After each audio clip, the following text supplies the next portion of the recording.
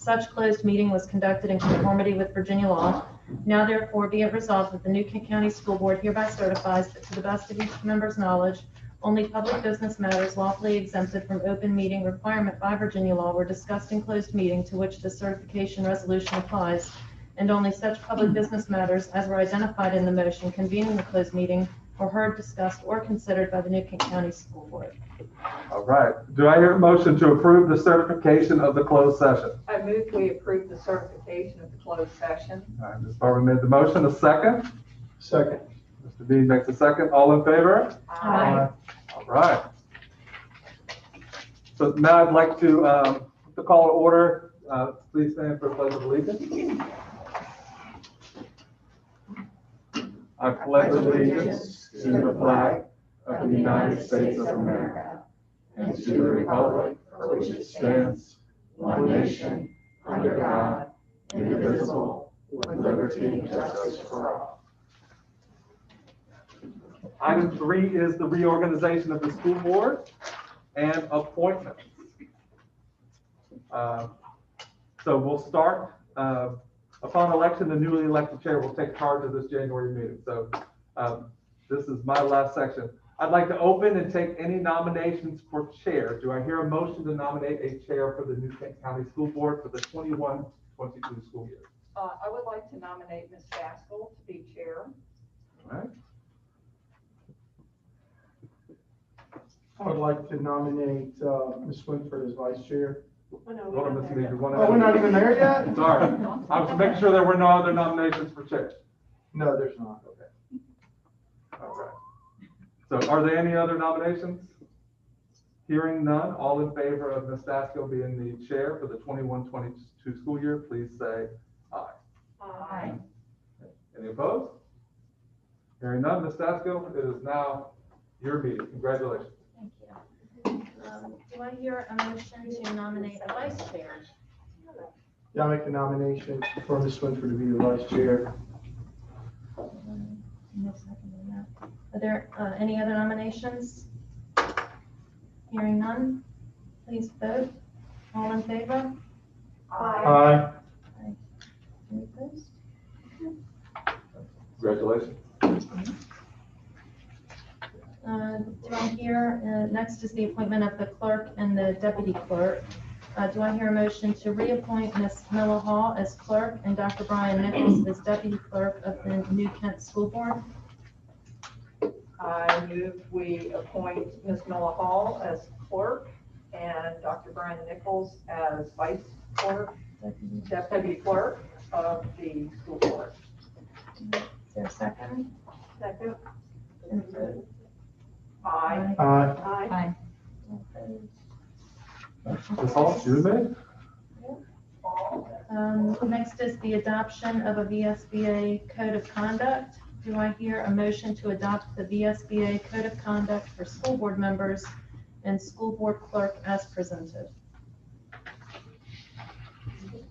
Okay, I move we approve the VSBA code of conduct for school board members and school board clerk as presented. Do I hear a second? I second. All in favor? Aye. Any opposed? Motion carries. I think we're done. All right. Next is our comment period. Do we have any comments from school board members? Superintendent Dr. Nichols, do you have any comments? I just wish everybody a happy New Year. Thank you for continuing to be flexible as we work through this process, and just wish you safe and well in the new year. Okay, next up are our presentations, recognitions. We have the Virginia School Principals Appreciation Week. Dr. Nichols. Yes, it is Virginia School Principals Appreciation Week is January 24th through the 30th. But we wanted to say a little something about our principals tonight because we do not have another meeting between them, and we'll honor them during that week. I'm actually going to defer this one to Dr. Bishop because I have some additional reading tonight I'm going to do and save my voice on this one. Thanks. We had comments from principals, we had comments from your staff about your work and your support for them. Just want to go through solicited comments. Russ McAber. Russ is from George Watkins Elementary School, the principal. Russ is one of a kind. He's not only a great boss, he's a great sense of humor. If I need a smile on my face, I know where to go. He's the Mac to the cheese at our school. Go ahead. Right. Mac to the cheese. In a year, these are all from teachers, by the way, unsolicited. In a year that has been anything but normal, extraordinary flexibility and support has been required to be successful. Russ constantly provides these and more to those who work with him to ensure our students continue to receive the best education possible. That's Russ McAver. And his assistant principal, Kyle Moser. Kyle's amazing. He is such a great boss. Whenever I need help or need to complete something, he's always by my side. He is a sprinkle to the cupcake of our school. The food reference. They do a lot of Who's gonna be things. the special sauce to the Big Mac? That's what I want to know. Kyle has been our planner, our go-getter, our listener, and our encourager. And Newton Elementary School, John Moncrief. Mr. Moncrief is always so professional. In all the years I've worked for him, I've never heard him say a negative word about another person. He listens to everyone's opinions, concerns, and allows for conversation. Mr. Moncrief often walks into my room just to ask me how I am doing, which is what teachers need right now. So Mr. Moncrief. And Dave Baum. Dave has always been supportive, encouraging, and helpful. I am so grateful for the work environment they have created. Dave always says it's a good day to learn something new. And Newkent Middle School, our Kelly Gray, principal. Kelly's open door policy always makes us feel that we are supported. It has definitely helped to ease some of the stresses that this year has brought. Kelly always has genuine care and compassion for our personal challenges. We really appreciate her for taking the time to understand. And then Frank Wheeler, assistant principal. Frank is such a great sense of humor. He is always trying to make things fun. Frank works hard to build positive, healthy relationships with our students. And finally, our high school. Newkent High School, Chris Valdriki, principal. Chris is always so approachable. I feel like I can go to him with any issue, question, or concern, and he will listen and give me feedback and reassurance. Because of Chris, I work a little harder, laugh a little more, cry a little less, smile a little more, and want to teach a little longer. Chris Valdriki. And Wendy James, assistant principal. Wendy is the source if I need a clear, concise answer, straight to the point with a dash of intelligent, sarcastic humor thrown in for good measure. Wendy has a way of popping in and giving me what I didn't know I needed. I know that she truly embodies the Newkent strong attitude and goes the extra mile. And our new assistant principal, Allison Strickland. Allison is always such a positive ray of sunshine. I adore her attitude and know that I can count on her to help me with a smile. Allison worked hard to be a good teacher, and now is working hard to be great as a leader. Allison will listen twice as much as she speaks. Who doesn't love to be heard? That's our administrators. So thank you, administrators. I appreciate everything that you do. In a regular, normal year, not that we remember what that's like, they're a tremendous group to work with, but I've got to tell you the number of times we've gone back to the table or back to the Zoom meeting with plan B, plan D, plan G. Can we rethink this? Can we rethink that? They're always the first thing, yeah, we can figure out a way to make that happen. We couldn't be where we are right now without them. I'm thankful that I get to work with them each and every day. So Virginia Principals Appreciation Week coming later this month, but we wanted to honor them today. So thank you guys. Okay, so we are moving on to the consent agenda. Board members, by now you've had the opportunity to review the items listed on the consent agenda, including bills and payroll, monthly financials, and the superintendent's recommendations regarding personnel matters. Do I hear a motion to approve the consent agenda as presented? I move we approve the consent agenda as presented. Do I hear a second? Second.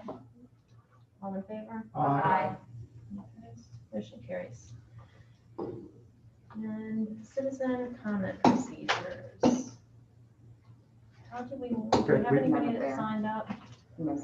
So I do want to acknowledge that we have a packet of citizen comments that we received electronically via email. And we have read all of those. So I just wanted, I don't know if we'll be able to put those out publicly because some of them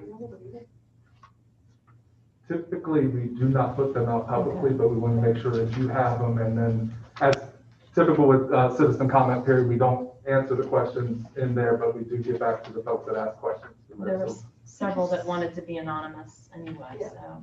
Could you summarize for us? I mean, I really feel like, I think Sure. one of the things too is that we've received letters and calls, emails and calls, from teachers and from parents. And I just think it's really important that we acknowledge that we hear from them and that we respond to them and that what they write to us matters. And likewise, the information that if you could just summarize some of it, I think it would go a long way in terms of people feeling like they're heard. Absolutely. So we definitely want to do that. I think the parent one, so we have a parent one that talks about having several children in the schools, really wanting to push, and you'll see that as an agenda item later, as soon as possible for our educators to be vaccinated. And that is a theme that you'll see throughout these comments, no matter if you're pushing for kids to come in person or to wait, it's really the need for vaccinations to be in place. And we do have a little bit of an update on that later on. This parent also works in a COVID clinic weekly since the beginning, knows the stats, but she wants us to look at some of the other success stories that have been in person, and just thanks us for everything that they've been doing. So that was the parent piece, and of course you have it verbatim there as well. The teachers, and Ms. Hall and I have been through them, so please add anything that I miss.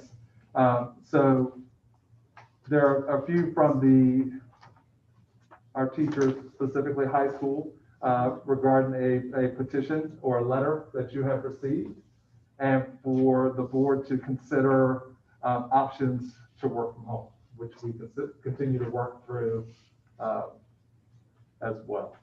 So that's really the summary of that piece. Also, more inclusion of the staff as far as the return to learn plan specific to the secondary piece. I do think as we get to secondary, we will have that piece in place too, as far as the more input.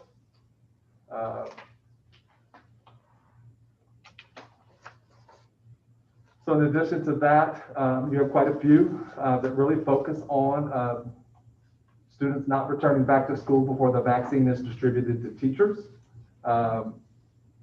There's talk, and we'll talk in our return to learn piece, and I'm sure the elementary principals will add to it about the disruption that comes with going from virtual to in-person, or class changes, teacher changes, and the different components there. So we have several that talk specifically about that.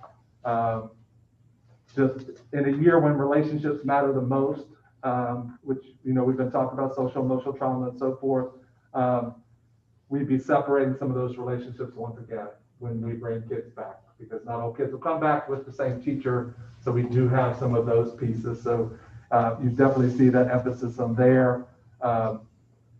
Several themes about, in light of the recent COVID-19 vaccination developments and news, what's another few weeks of holding and getting that part underway before we return.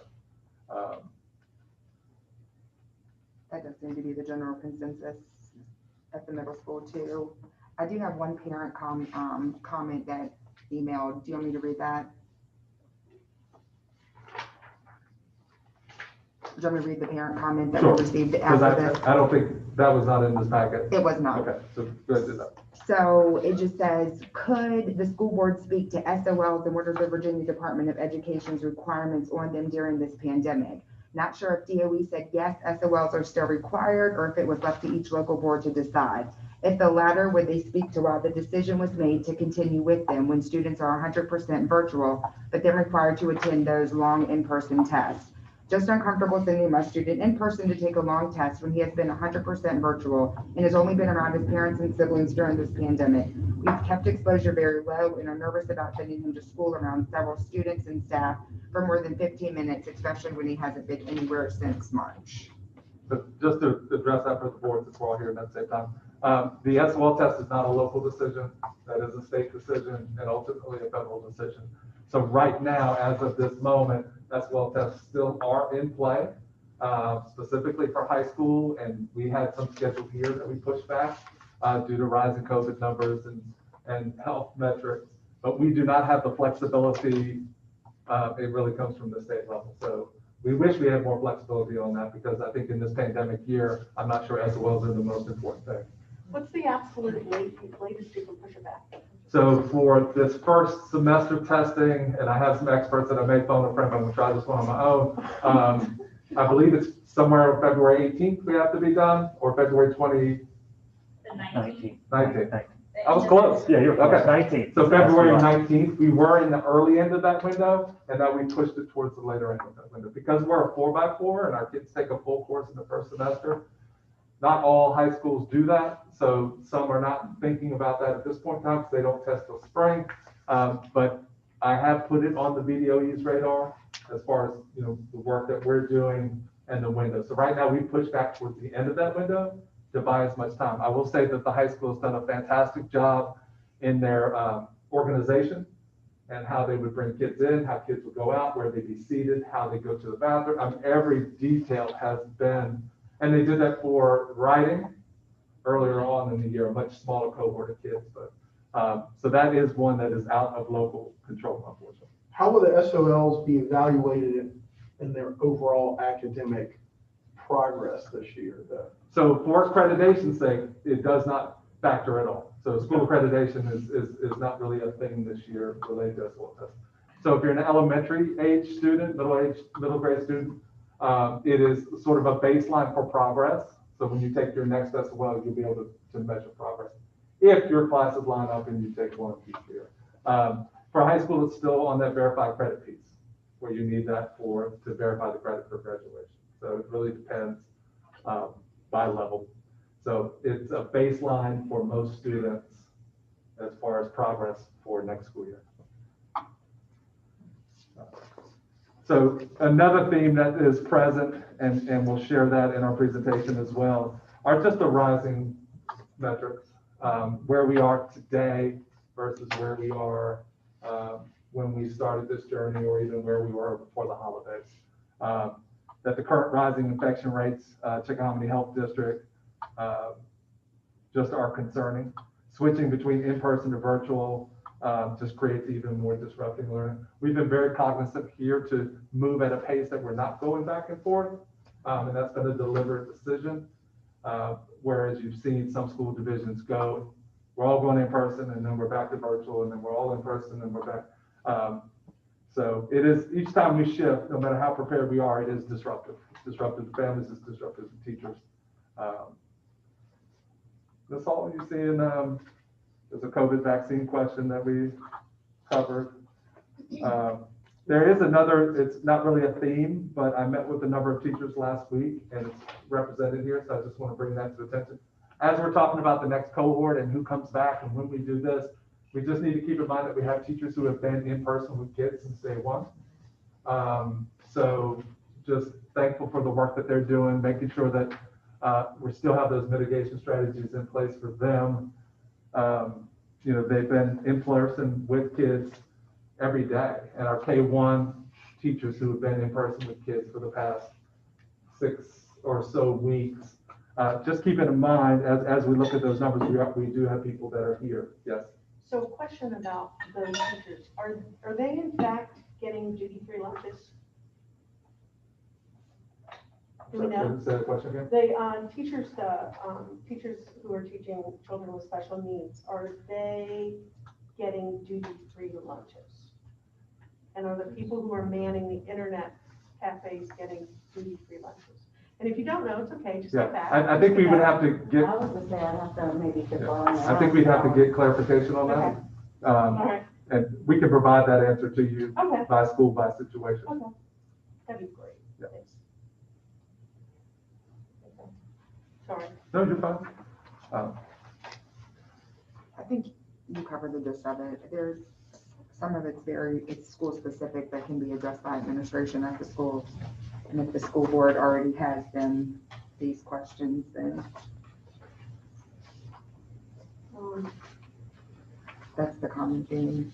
Rising numbers and wanting to be vaccinated before returning students in person.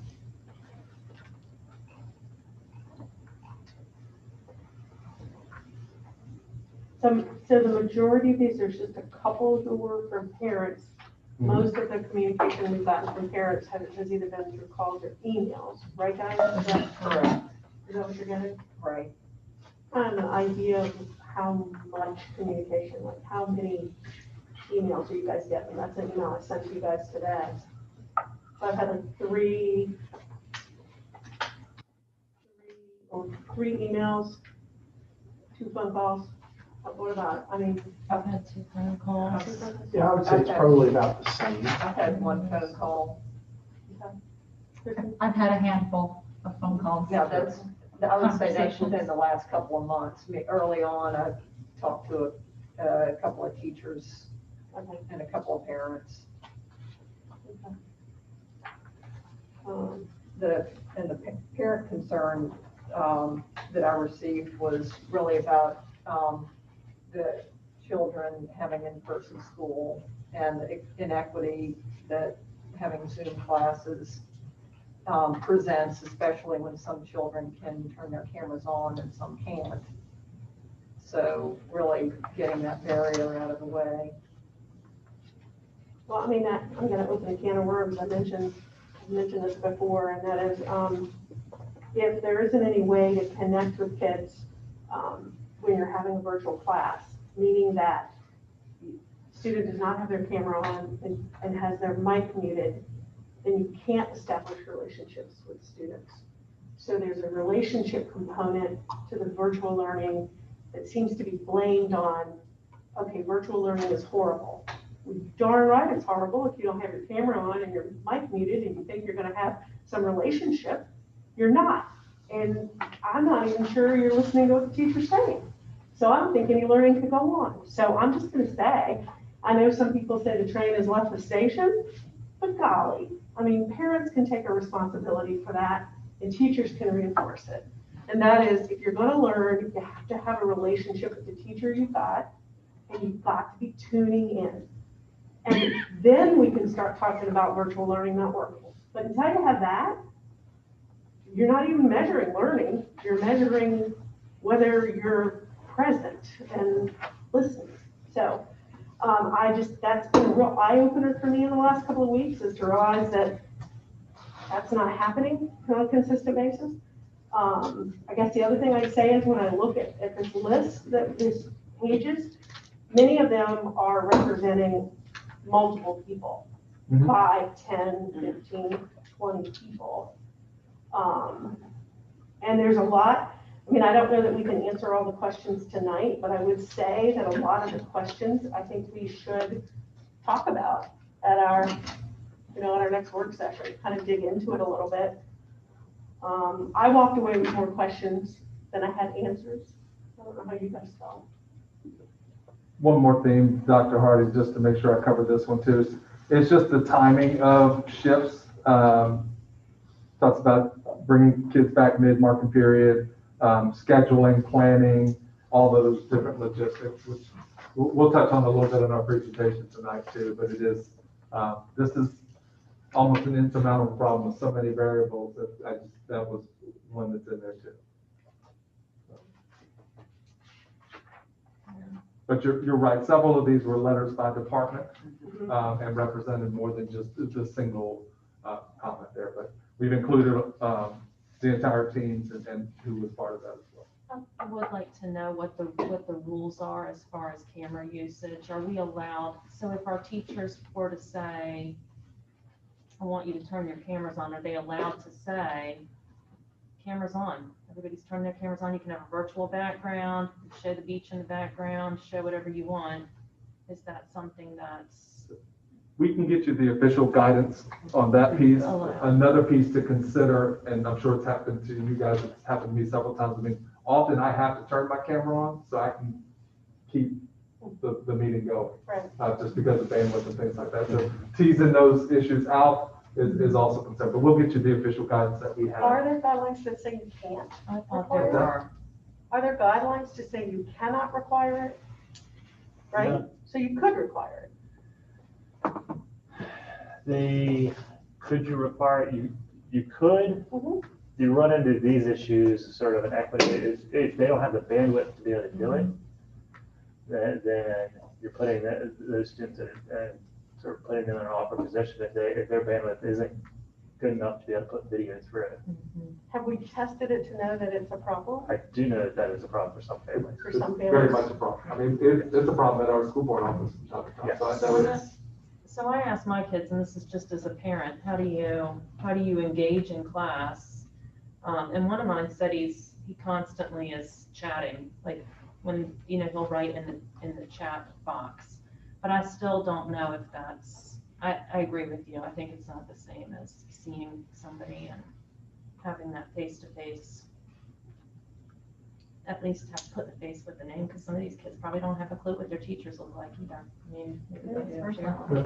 And so, I mean, So- and it doesn't have to be the whole time. For those of us who have virtual meetings a lot, sometimes we'll log in and everybody gets to see us, and then we go out. And so you periodically have to come in. You could say group A, okay, I want you guys, who your group A, turn your cameras on and let's talk for a few minutes, and then you can break out into pods or whatever. But if there's not enough interaction going on, then we're measuring the wrong thing. We're not measuring virtual learning. We're measuring lack of interaction. Well, that's true. I mean, And I think the hard part is, when we're talking, is the thing that comes to my mind is that how are the expectations different for elementary students who are 6 and 7 years old versus a 17-year-old? When a parent is trying to, or they have someone that's trying to supervise a 6 or 7-year-old, and some of the feedback I get is that some parents say, how difficult it is to get a 6 or 7-year-old to stay in this classroom for 4 hours a day and to stay focused that long. I don't think they have to do that though. Well, no, I mean, but they're I just think- saying is that they have to be available for their different classes, I Right. guess. And part of it is that you go back to the rules thing. What is the expectation for elementary school versus middle school versus high school? And what is the accountability piece at different levels to make it equitable for the teachers and for the administration as well, from the accountability piece of, are they chatting? Are they getting comments? What percentage of their students are chatting versus having conversations? I don't know the answer to But I that. think were you meaning chatting by doing the wrong thing or chatting by talking about your content? No, talking In about the the content. content Yeah. or whatever, but engaging in a discussion via A lot of The discussion chat goes on in the function. chat. Right, Yeah. that's what I would expect, Yes, yeah, yes. yeah. Okay.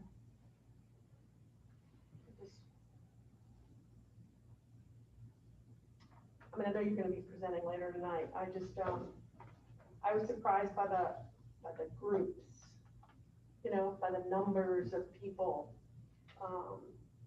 There's, a notation regarding, teaching different courses and providing consistency.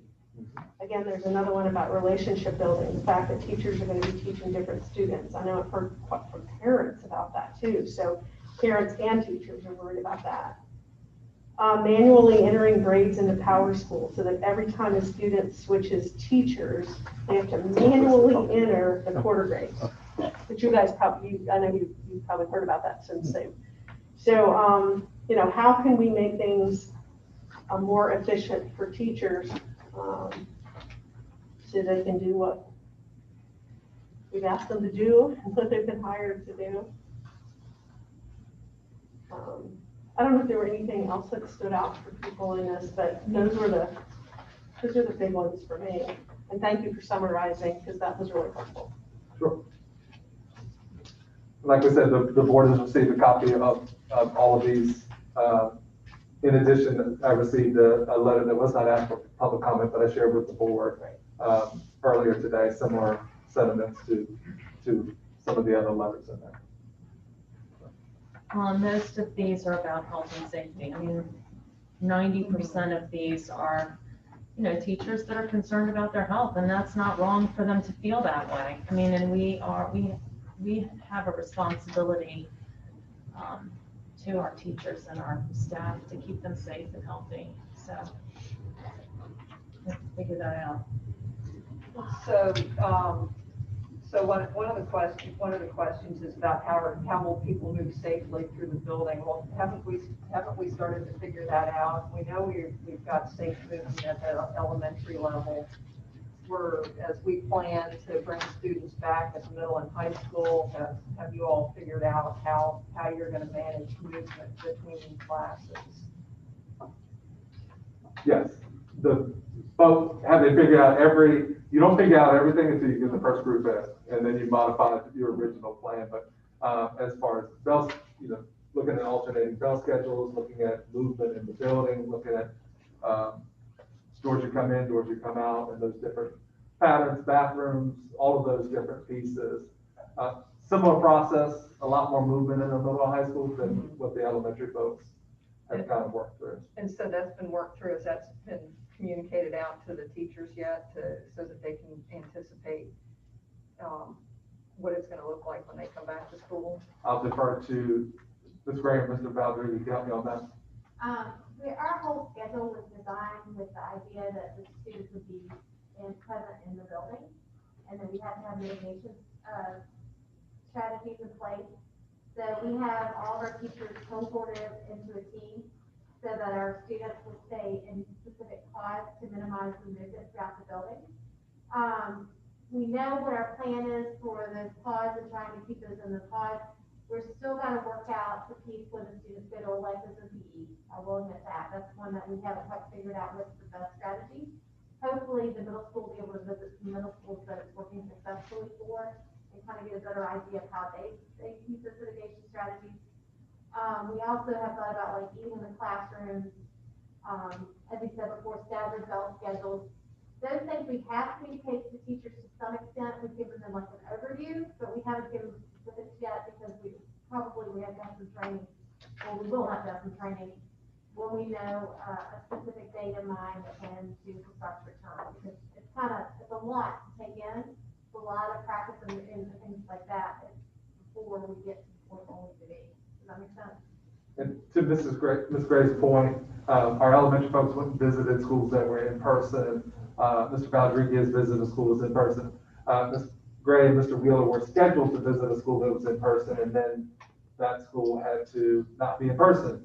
So we were not allowed to visit on that day before holiday break. So we are in the process of putting that in place too. That's been extremely helpful to talk through people at that level who have actually done that work. Thank you. Do you know what would be great is as a result of tonight, if there's a way to communicate to your teachers, hey, we've gone over these things.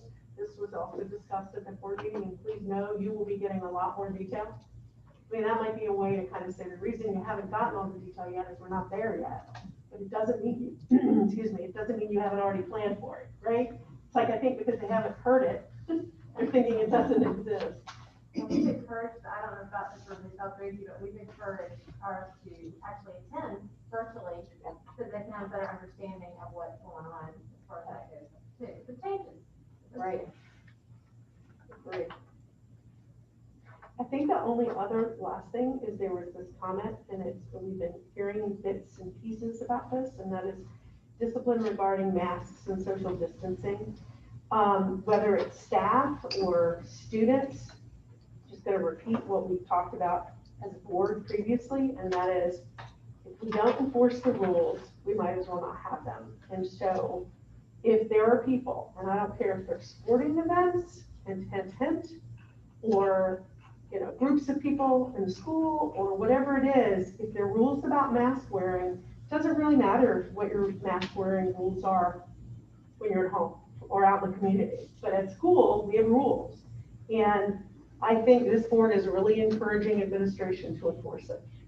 Yes. So there needs to be a consequence and people need to follow it, because we are saying to teachers, we want you to be safe. And in order to do that, we have to enforce the rules.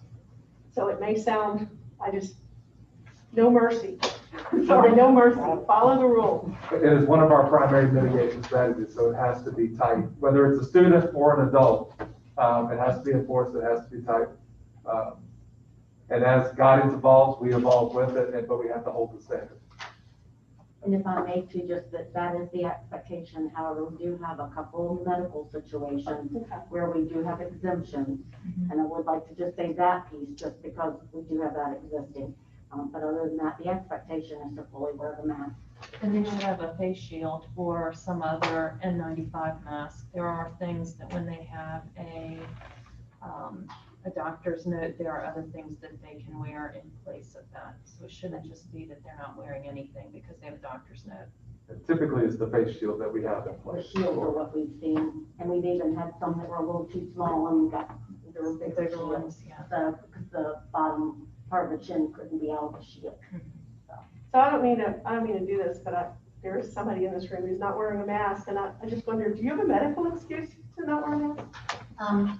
I don't want to be confrontational with anybody. I'm here to get along and advocate for my children. My name is Leslie Tribbett, and there are many reasons why people cannot wear masks. Virginia state law requires that nobody be required to provide proof from a doctor or physician about a reason why they may or may not be wearing a mask. There may be physical problems, there may be psychological problems, there may be trauma involved. It is absolutely against Virginia law to require a mask or to ask why somebody's not wearing a mask. Okay, I hear you. And so what I'm going to say in response is that there are also reasons why people don't wear masks that are related to opposition. So what I would say to you is that that is the reason why we have to worry so much in schools. We have to worry so much because there are people who just don't want to follow. They refuse. I'm with you. I am not oppositional. I am not against you. I want everybody to be safe and healthy. Good. If I were sick or had any symptoms, I would not be here with you all tonight. If I come within 6 feet of anybody here tonight, I will put on my mask. I don't want to get anybody sick. So please do not assume any other motive for my actions. Okay, thank you.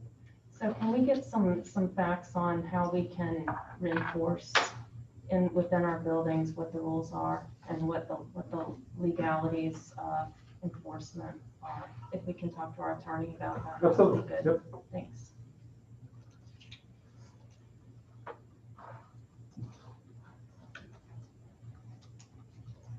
Do we have anything more on citizen comment discussion? But as you go, I know you've had a chance to read through them several times. As you go through them, if you have additional questions throughout the week, send them to me. I'll be working on responses where there are questions. And I know several of you received emails and phone calls outside of this. I have too, and just kind of working through those pieces as well.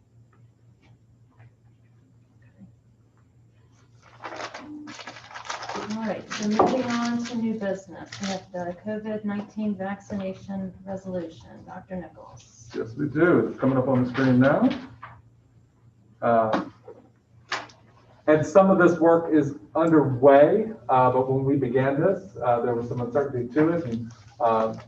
But this is a resolution to request the governor prioritize the vaccination of education professionals. So even within the confines of Group 1B, which is where educators are, to further prioritize. You saw it through the comments about the vaccine, whereas COVID is due its mutation, highly transmittable among adults. There's been an increase in community spread in the New Kent Health District. We, members of the New Kent School Board, call on the governor, the Secretary of Health, COVID-19 Vaccine Advisory Group, which they met today, that educators come right after the healthcare workers in the Commonwealth. The New Kent County School Board further calls on the Board of Supervisors and health districts to really allow school-based health professionals and health partners to administer the vaccine.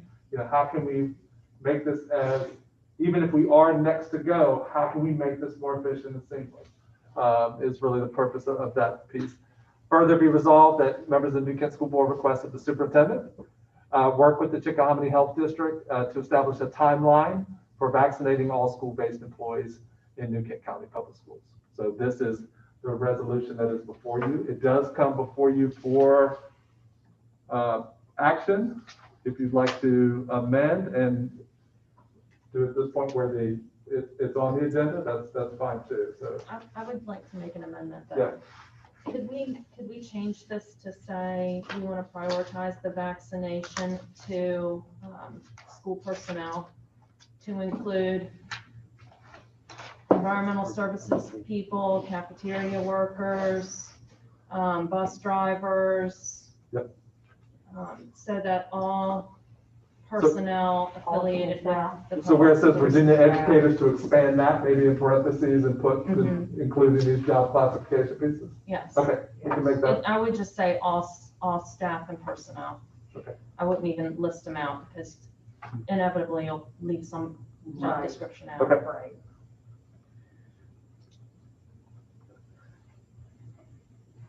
Does it say phase 1A? It does say phase 1A, correct? Should be one It big. should be 1B. Well, Which 1B is because- open now? We're immediately after the people in 1A is what it's asking. So my question is, because the county came out today with an update on their social media with the Virginia Department of Health's website, listing the vaccine phase by county, and New Kent was listed in 1A, which I was a little confused about what that meant. Because of our spread.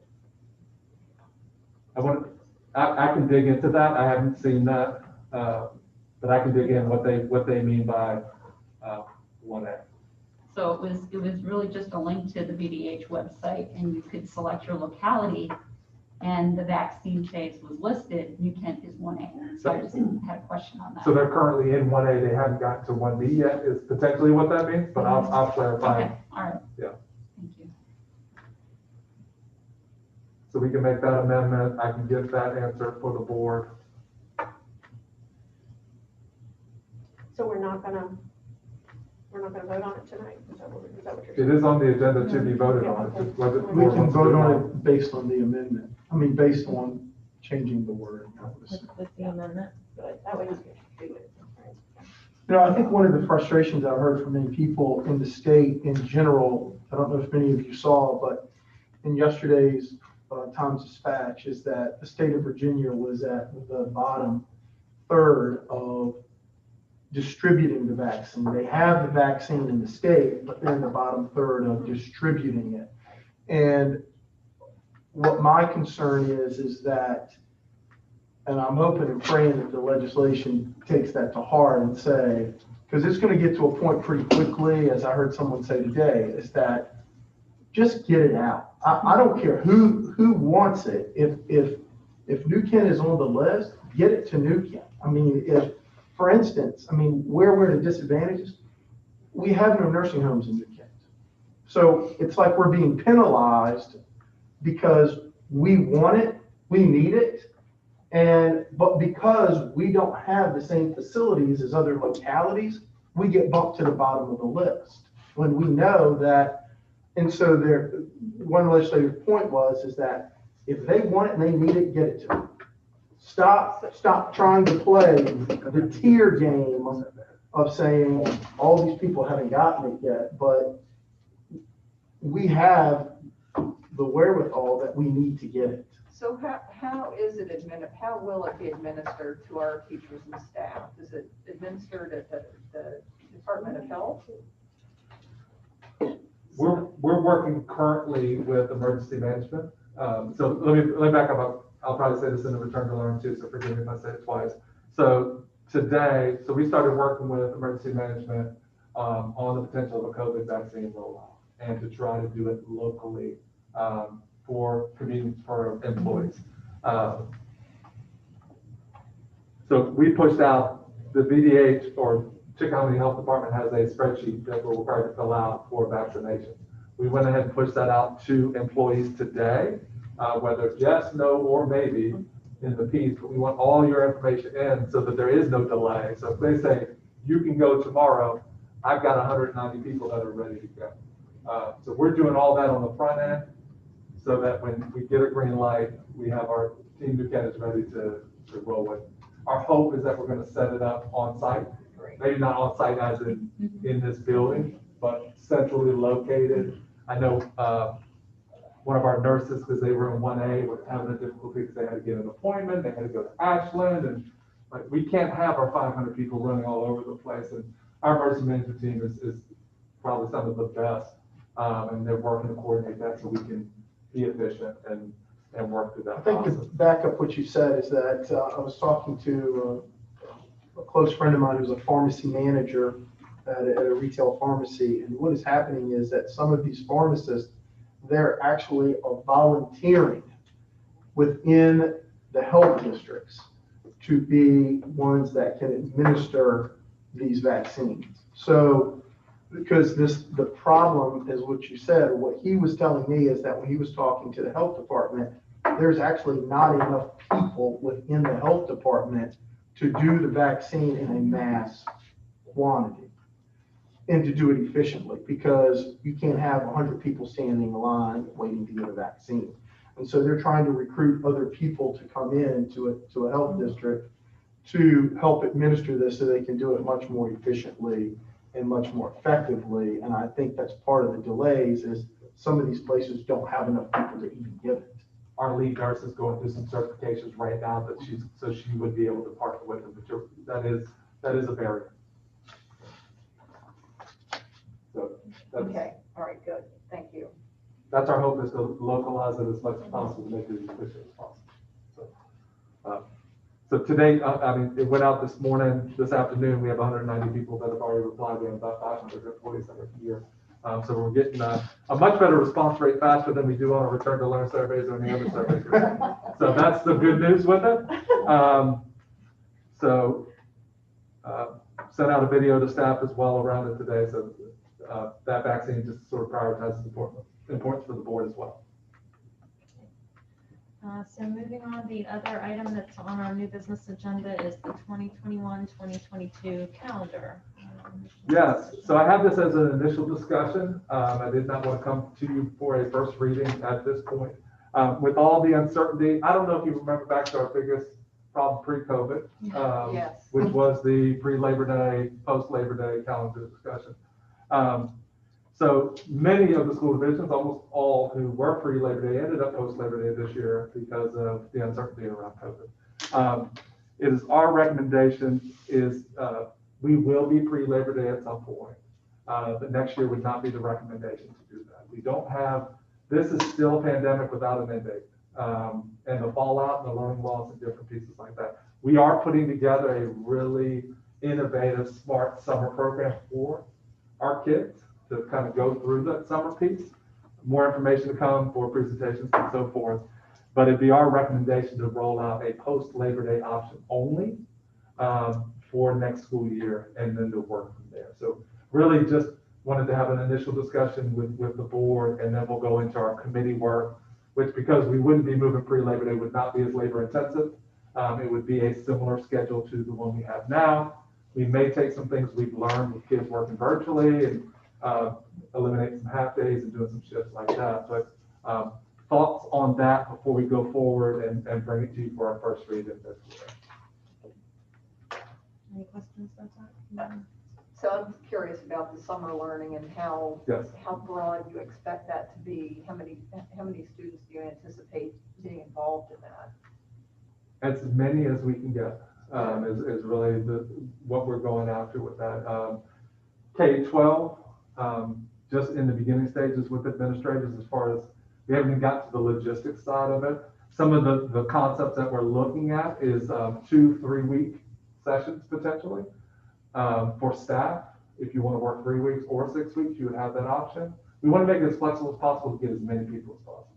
So if you want to be in 2 sessions, thinking like camps, if you want to be in 2 sessions, you can do that. If you can only do this one because you have this commitment in a second, we can still get you for some of that. So credit recovery, advancement, all sorts of project-based integrated learning for kids. Looking at student growth, back to the question with the SOL piece, is to look at what are the gaps at the end of the year, and then what can we fill during that summer piece.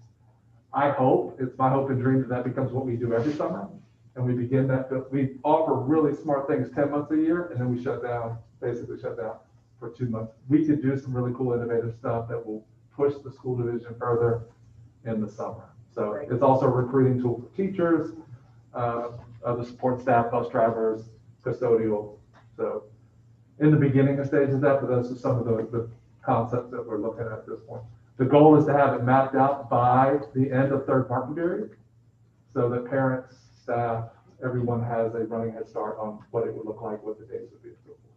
A lot more information coming. Great, thank you. Very exciting.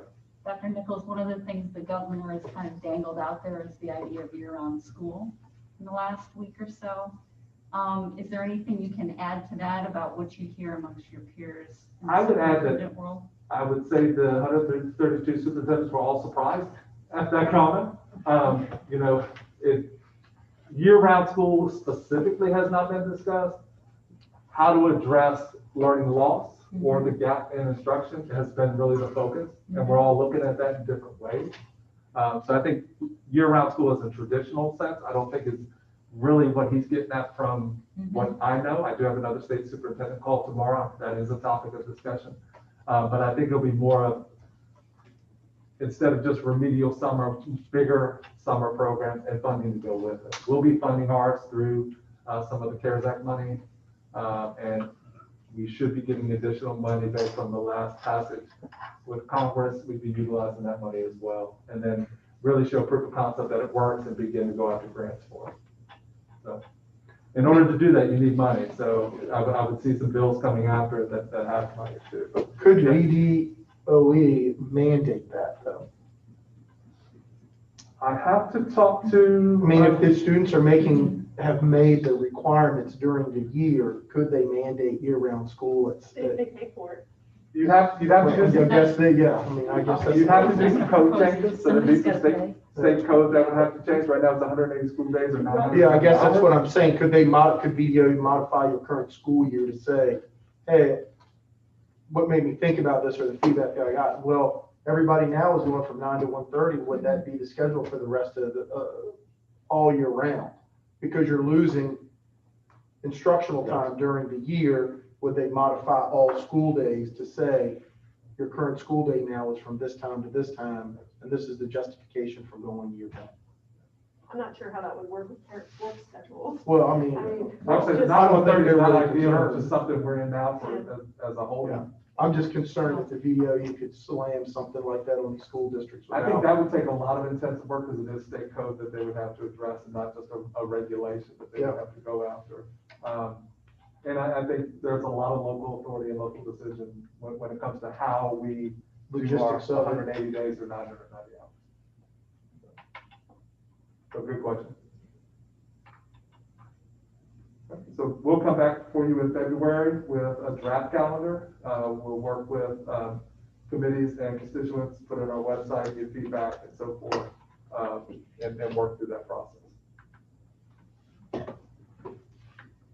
All right, moving on, old business, we have fiscal year 22 budget update with Ms. Morford. Yes, Madam Chair, that was a good segue into funding.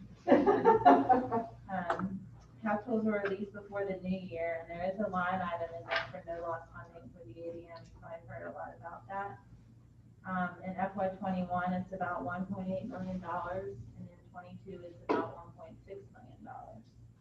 The problem with that right now, VDOE is stating now that the current proposed language would hold both the hold harmless amount, and if we had an increase in our ADM, that we would also receive funding for that. So typically, when we would get our capital, we may make an adjustment on what we locally think our projection for ADM is. So at first, we were told that we need to continue to do that, and that the hold harmless amount would stay as is on the capital. Now we're being cautious, cautioned by the DOE to not necessarily reflect that we would also receive the complete ADM and the hold harmless amount. Problem with that is that that's a large amount of money, and to predict on, whether you would be receiving those funds or not receiving those funds is complicated at best. So we are working through, we do have a vast ASBO conference today and tomorrow, and we're hoping to get some additional information from VD tomorrow with regards to the capital. But right now, VDOE is not really projecting a huge increase in the ADM for next year for FY22. So you will see, I'm going to pass out a presentation that Jim Regenbaugh gave this morning, but there was basically a 3% decrease in student enrollment in 21, and they're only projecting like a 0.4% increase for 22. We locally think that if we return to in-person learning, that we will receive or have a lot of students and families come back into our schools, and that would increase our ADM. Not back to what we were, pre-COVID-19, but I do think it would be significant amount of return in our ADM. So if we're gonna not be able to count for that and the hold harmless amount, that really makes a difference in what our state revenue budgeted will be for FY22.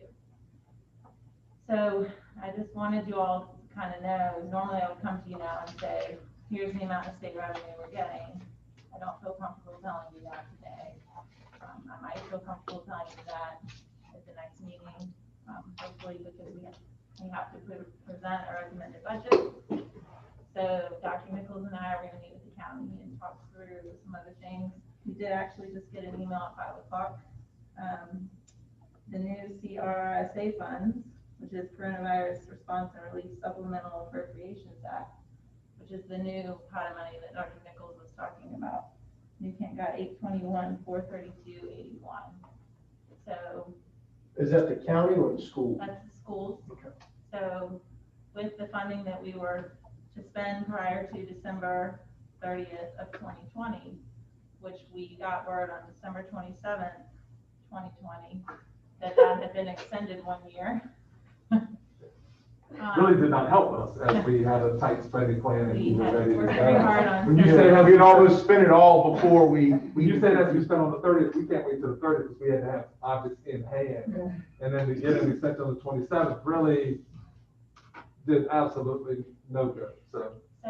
But there is a silver lining in some of that. We're able to manage on our end, different expenditures that we have and which pot of money they're gonna come out of. So, we're gonna be very careful now with what we do put towards CRF, what will go in these new funds. These new funds are gonna be really heavy on HVAC. You're gonna hear a lot of school divisions using them for HVAC updates. So that seems like a very large number, but that money, a lot of it will go very quickly. One example is the middle school. Every year we bring to you 80,000, 50,000 in HVAC updates. So let's look at what does that school need and do it now with these funds that we have. Mr. Regenbaugh, he was optimistic about future revenue and recovery. There was a lot of optimism around sales tax, especially for rural divisions like us who are receiving now tax credit for people who are ordering things online because we don't have stores in the Kent. There is a 2% bonus included in the governor's recommended budget. We're all very hopeful that that turns into an actual pay increase instead of a bonus. And that is something that we're definitely looking to include in our recommendation to you. There were some 61.3 million of funds that went towards the unfunded liability of VRS. We were hopeful when we first heard about that we might see some VRS rate reductions, but we won't be seeing those for FY22. That might come maybe a year after, maybe 2 years. So those are just highlights right now. That's kind of where we are. We've met with the team. We have a list of growing needs, and depending on where we land with our revenue, we'll work through those and prioritize them together and hopefully use all these different pots of COVID-19 relief funds for things that we really need in the division.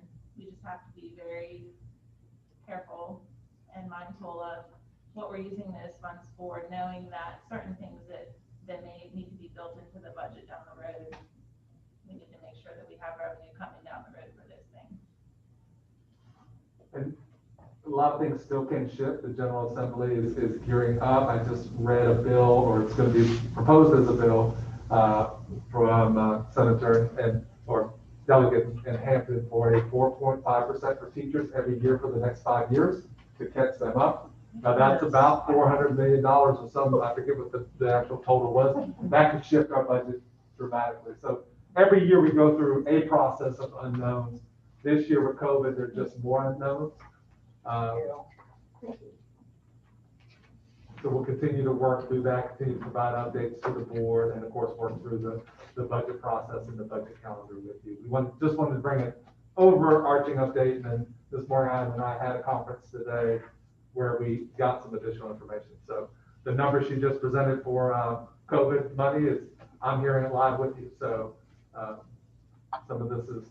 So would you not say, Haney, that we would be well served is that if our enrollment this year went down by 285 students, give or take, should we base our 2022 budget on that number?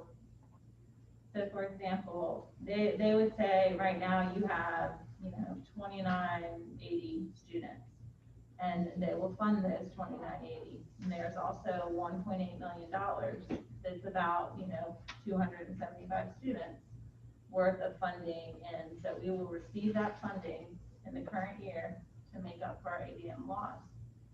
The question is, what if next year we have 3,300 students? 300 kids come back.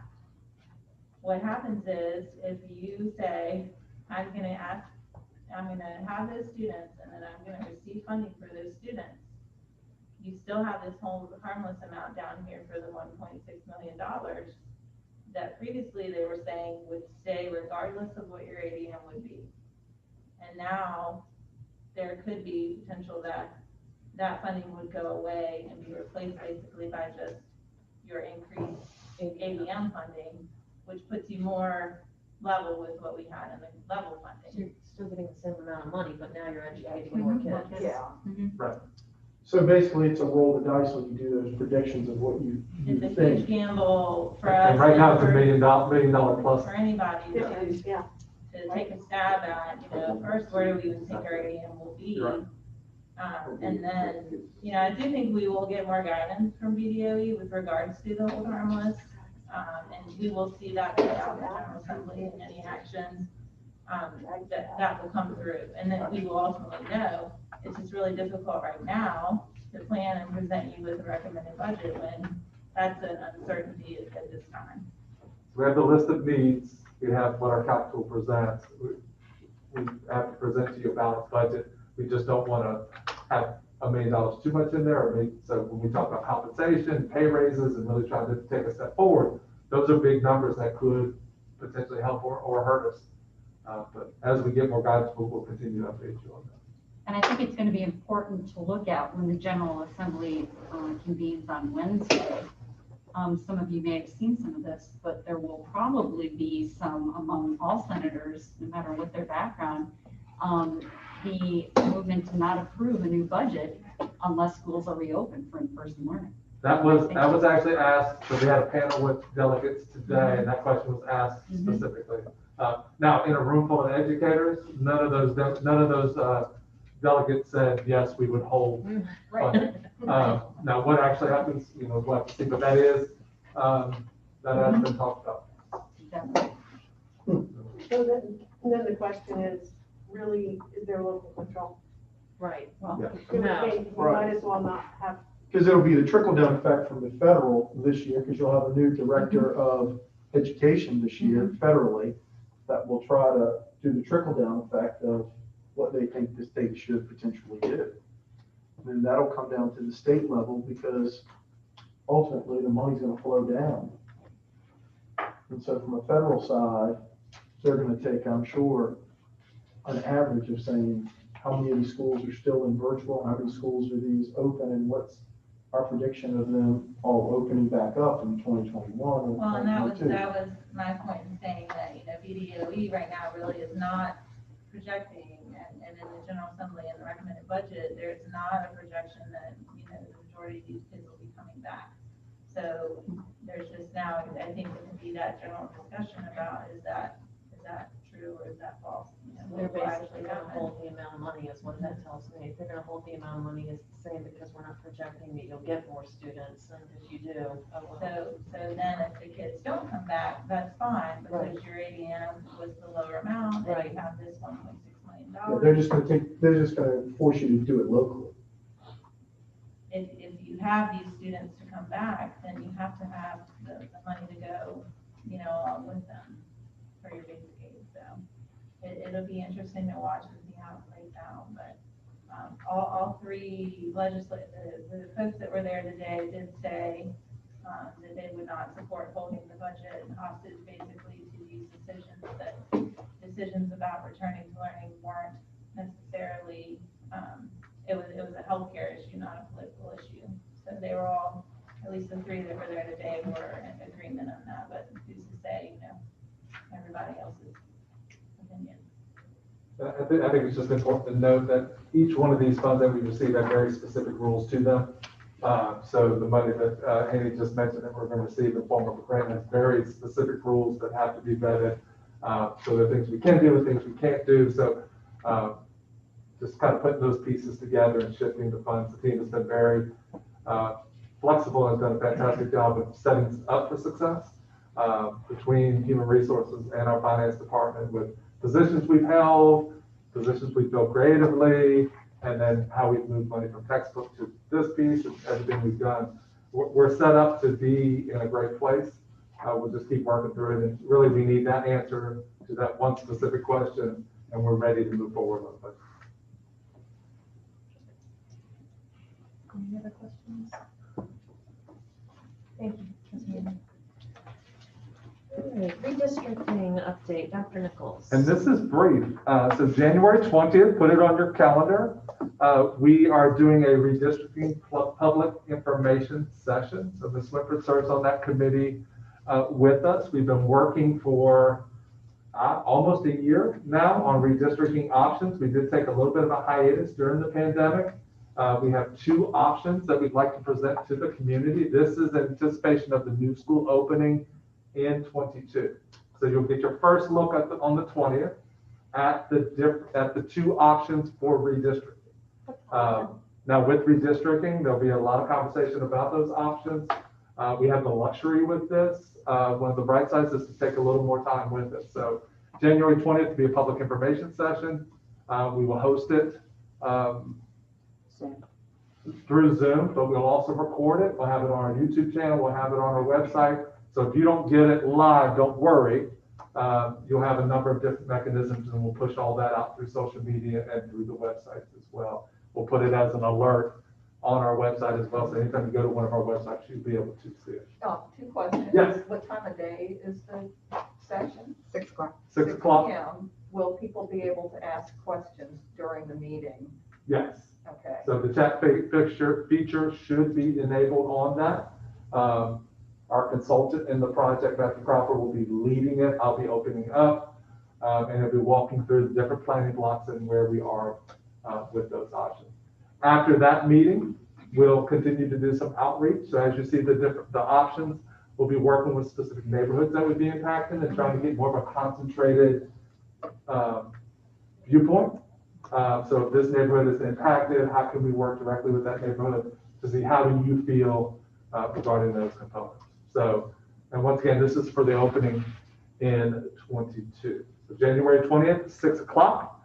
Zoom, we'll have it everywhere, and we'll push it once again through social media on all our websites, and it'll be on the alert so that you can see that that is in place. So excited to move forward with that. We had the last board meeting moving forward with the construction of the new school. We had the redistricting, and not to give away the next topic, but we'll be talking about naming in just a second. So I'll be happy to answer any questions. Ms. Winford, I don't know if you want to add anything to the. No, you summarized it well. We've been moving along, and the participation amongst school employees, staff, and county has been really helpful. Yes. Make a lot of progress. And this has been an interesting one. We took another look at it because of the growth in construction in the county from when we started to where we are now with mortgage rates going down and so forth. There's been a boom as far as new construction in New Kent County. So we had to go back and take another look at, do we have these distributed? Because this county continues to grow at a very fast-paced. Thank you for that. You're welcome. Next up is naming of the new elementary school. So naming of the new elementary school came before you at the last meeting and presented an option for a name at the new elementary school. We had the naming protocol up and followed the policy throughout that piece and presented the option of Clinton Elementary. So that was the first read. We're back for the second read. We haven't received any additional comments through our office around the naming. We did say there's a lot of history in New Kent, so that we would work inside the building and outside the building as well to recognize and honor the history of New Kent, the important individuals who contribute to New Kent's history through murals, through namings of different parts of the building and the outside, including potentially the street in front of the new elementary school. So the name still remains as Quinton, and it does come before you for a vote in just a few moments. And I'll be happy to answer any questions or comments at this time. So we do not have a mascot at this point. We're gonna, just in case that was coming, I was telling you, man, where's the koala bears? So we'll be working on that and once we have the zones marked out, we'll do some outreach and work with the kids who will be attending there to kind of work through that piece. So. Our favorite, return to learn, return to in-person learning update. You know, it almost feels like we've done a return to learn presentation already in this meeting. So, but I'll take you through the latest and then we can go from there. So return to learn update, bring you up to speed. Some of these slides you see and you can recite verbatim. So our criteria when returning to school. Now I have learned that there'll be a new decision-making tool in the coming weeks that we presented from the VDH in the governor's office. Until that comes forward, these are the metrics we'll utilize, okay? The metrics will be similar. I haven't received an actual copy of them yet, and we anticipate that. So we take into account 4 different things: regional and county health metrics, staffing for student learning, students that are choosing in-class learning, and the health of our students and staff in our schools. How are the schools doing? So I wanted to update you on the health metrics. I just received this morning from the VDA. So this is the most current health metric report that I have received. Now, if you log on to VDH right now, you pull up New Kent, you may see slightly different numbers because that is updated, I think, like every 10 minutes. So that's one of the talking points in my conversations with staff is sometimes we look at different numbers because it's not a static number. It's always shifting. I get mine at the same time on Mondays, and I compare Monday to Monday and how we're moving. So you'll see total number of new cases per 100,000. We're now at 1,023. I did put a little note before we left. So prior to the new year, we were at 611. So to go in the red, you have to be at 200. So 600 is elevated. 1,000 is 500 more than 600. So that is really trending in the wrong direction.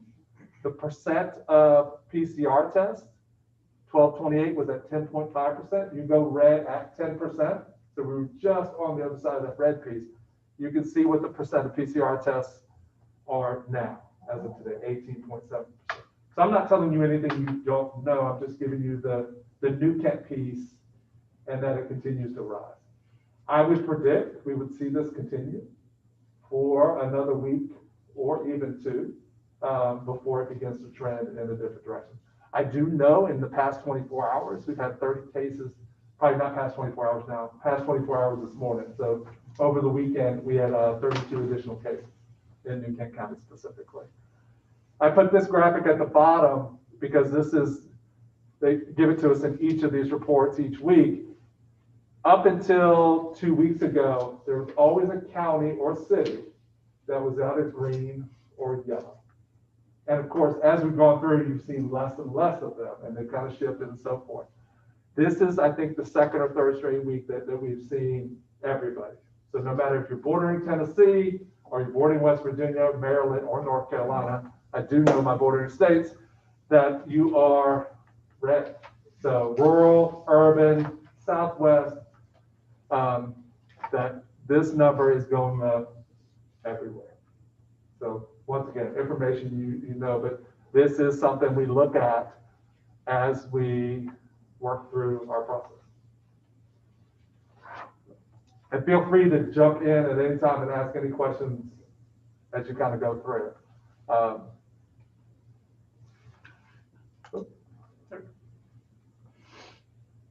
didn't have the quarantine slide next.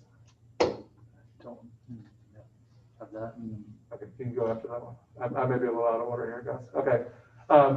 So the next piece we look at, so how's the county and the region doing, that piece? How are we doing with student and staff health data? So this is a slide you continue to see. Total number of students since September 8th. I have to give my disclaimer on my infomercial every time. This is not an accurate number. So 23 positive tests is not accurate because not all of our students are in school. So these are ones that we've interacted with or parents have contacted us with. We do work with the VDH to get numbers of positive cases 0 to 18. I can tell you the last time I looked at the comparison between the numbers, it was 3 times higher than what we had. Roughly. Once again, your quarantines are kids that are interacting with us in some way, shape, or form. Whether they're coming to internet access, whether they're in person for one of the in-person options we have, participating in athletics, or whatever the case may be.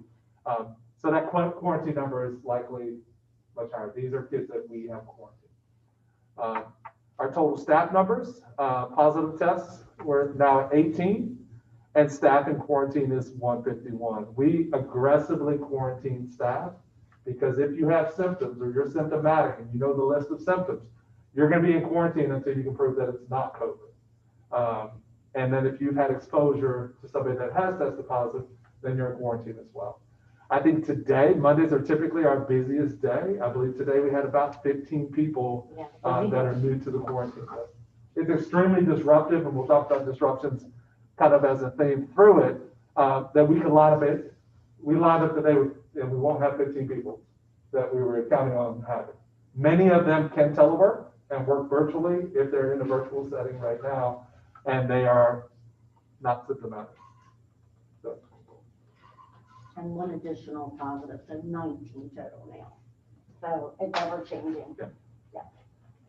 So it's, the positive tests are on the rise. They're on the rise for us, but it still remains the staff in quarantine as probably the biggest hurdle for us on a daily basis. Can we go back? Sorry. When last we left, and I asked the elementary principals to jump in at any point in time, we were looking at the 2nd and 3rd grade cohort. So you know we have pre-K in special ed on an adaptive curriculum, and then K1. So we have had a couple instances of quarantine classes with this K1 group. Our K1 teachers, all of our teachers are doing a tremendous job. Our in-person teachers have really risen to the challenge.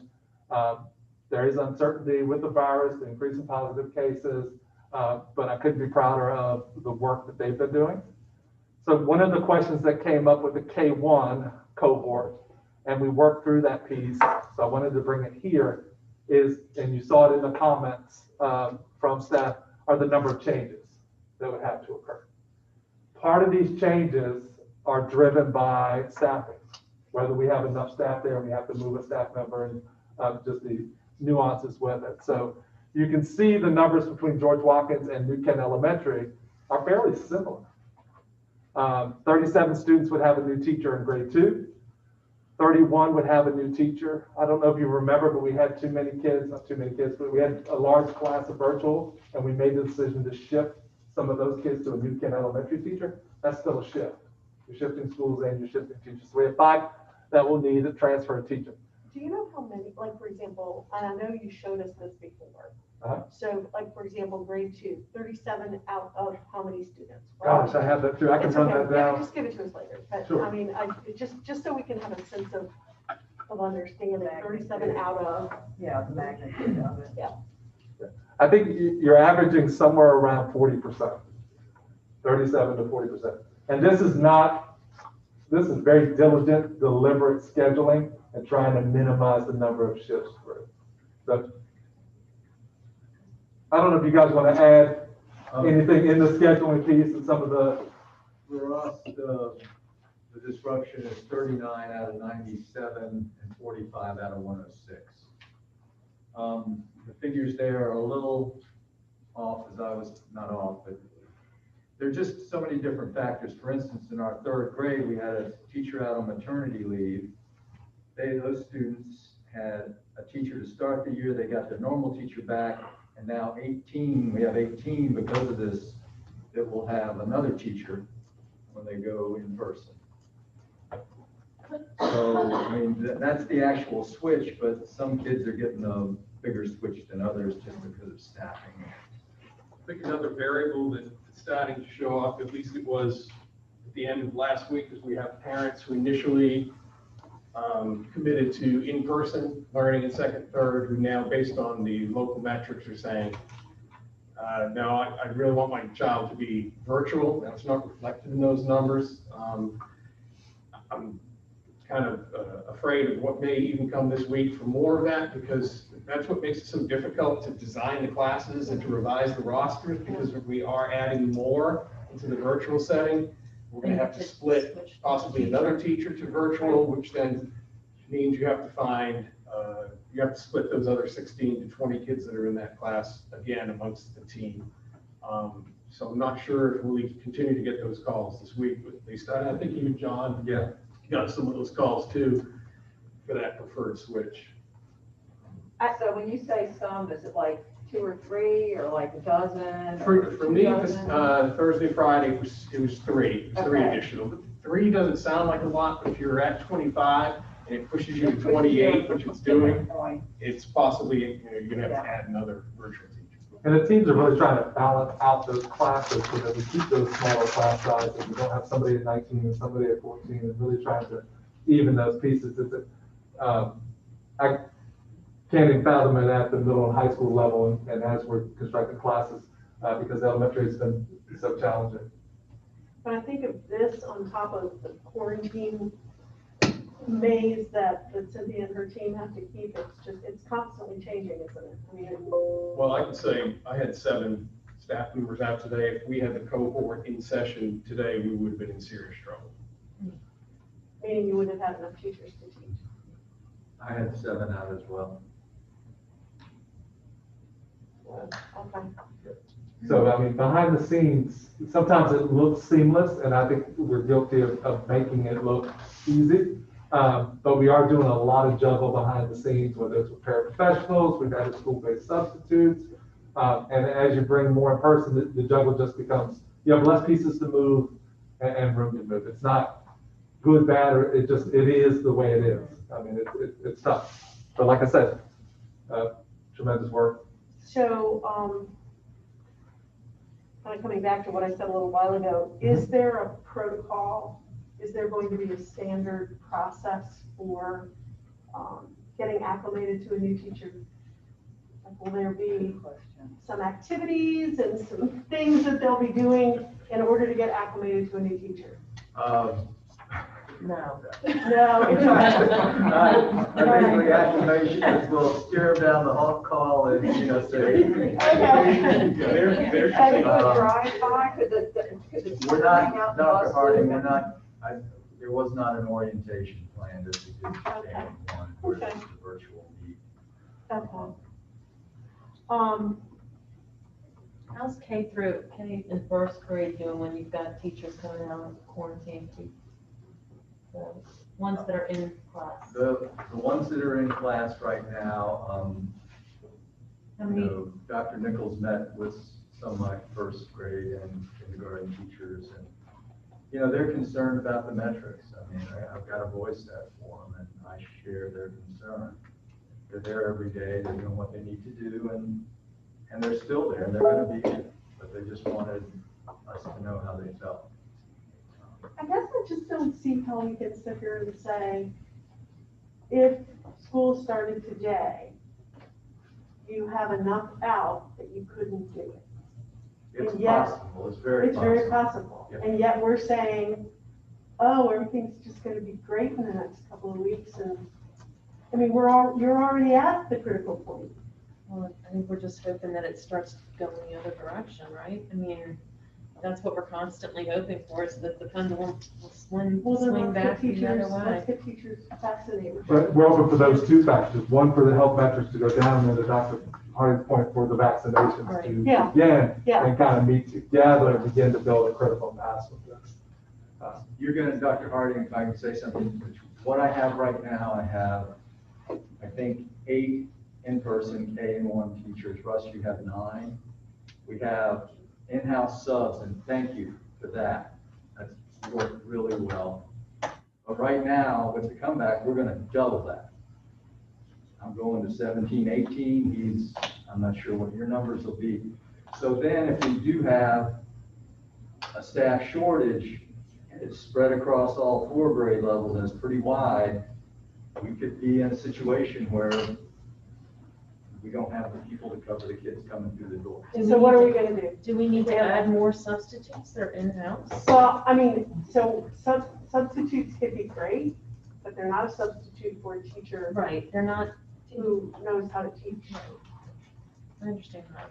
Well, and currently, our special education paras work with groups virtually. They have groups that they work with every day, throughout the day.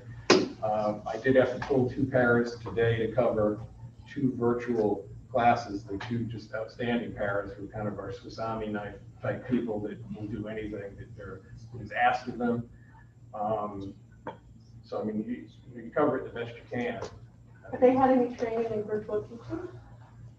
They pretty much did it on their own, as well as work with the ITITs, Mr. Miller, whoever they can work with to get that knowledge.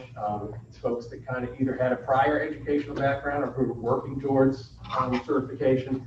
So they're trying folks to have on our staff that are more than willing to take those opportunities. But they're spread thin, and a couple of them have been wiped out by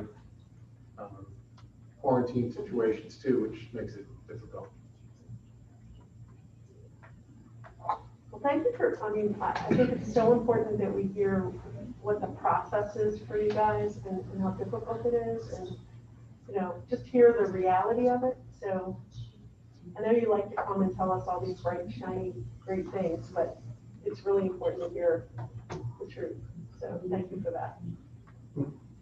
But if I hear both of you correctly, is that you are very, very uncomfortable about the next phase of bringing students in, more from not a student perspective, but you don't want to get jammed up, as I'll go to Mr. Moncrief's statement of, you have 17 teachers in, you lose 10, you're toast. There's nothing, your hands are tied, there's nothing you can do. And with the emphasis on, and it's not that the teachers don't want to be there. I want No, to. no, and I hear you. It's the fact that we've been encouraged, if you're symptomatic, stay home. And I believe that's the right way to go. But Russ, right before break, half of his in-person staff was out, and he had 2 full classes out. And that was when the numbers weren't as bad as they are now. Correct. And now we're looking at each school basically doubling our staffs with the same backup that we have. And we could, to answer your question, yes, I could walk through the door one morning, look at the list and go, what do I do with these kids when they walk through the door? Am I left with an instant alert saying, folks, we got an emergency, or call Dr. Nichols, let him make that announcement? Well, I think what we've also seen is definitely an increase, and I greatly appreciate parents in the community abiding by what we've asked, as far as kids who may have been exposed within their families, not sending the children. So I think we've seen a greater increase in children who've had exposure at home or in a daycare or another place. And the parents are calling and saying, I'm not sending them, which we greatly appreciate. But at the same time, it does still make the staff very nervous that have elderly folks that may be under their care at home and that type of exposure. So we've just seen increases with both students and staff. I mean, that's just the honesty of and the reality of where you guys are right now in terms of, and it's not fair to you guys that you could be in a position on a daily basis where you could even potentially have to make that phone call. That is, because if you make it once, you're probably going to have to make it again. So can I ask ask a sort of a related question, slightly different? So when we've had cases come into the schools, our mitigation procedures seem to be working. We don't have, once we have a case, we quarantine, do our contact tracing, have we been able to prevent spread within the school through our strategies? Yes, I think we got pretty well. And we also have an isolation room, so if we do have a kid or adult that becomes symptomatic, more kids as far as the isolation piece. Adults typically just leave. So yeah, they've done a great job of creating these strategies, but also maintaining them as well. I don't know why we're on this slide. Some of the citizen or staff comments that we heard was about transition and difficulty of transition. I don't know if our elementary principal want to talk about timing as far as transition and what could be beneficial in terms of health metrics. And then also as we close out 9 weeks and open another 9 weeks and some of just the challenges that occur. When is that? I mean, can you tell us when you close out the 9 weeks? So. Back in December, when things were getting too close to Christmas, we made the decision to try the 19th. We are ready to send our letters out tomorrow. We can go if that's what the board chooses. But with the spike in numbers, Russ and I were talking today. I think we both feel comfortable. We're only 2 weeks out from the end of the marking period. And I think just given that 2 weeks, close out the marking period, and then, see where the metrics are, how the staffing is doing, and then make that decision to come back, I would think would be prudent and wise. January 29th. Is that when it would be? That's the end of the marking period. So what's the difference between it? Where were we targeted before? We were targeted, the board had decided to come back next Tuesday, which is the 19th. Okay. And so we would be talking about like a February. The difficulty with that is technically your last day with your current teacher would have to be Wednesday, 13th.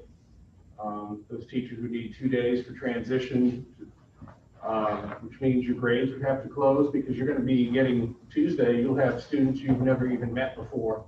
So their report cards and the grades already would have to have been technically completed because these are new students to you. And they'll be in a new power school class, new Schoology, which would really make it incredibly difficult and laborious if you had to, just for 7 virtual days, have these students on your roster that technically haven't met a third of them.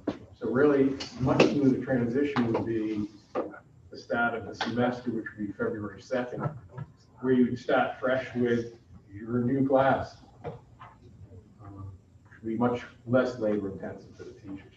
So basically, I think that's important for people to understand the amount of effort that would be on the teachers to do that as opposed to pushing the start date out a week so that they're not having to basically build a grade book twice.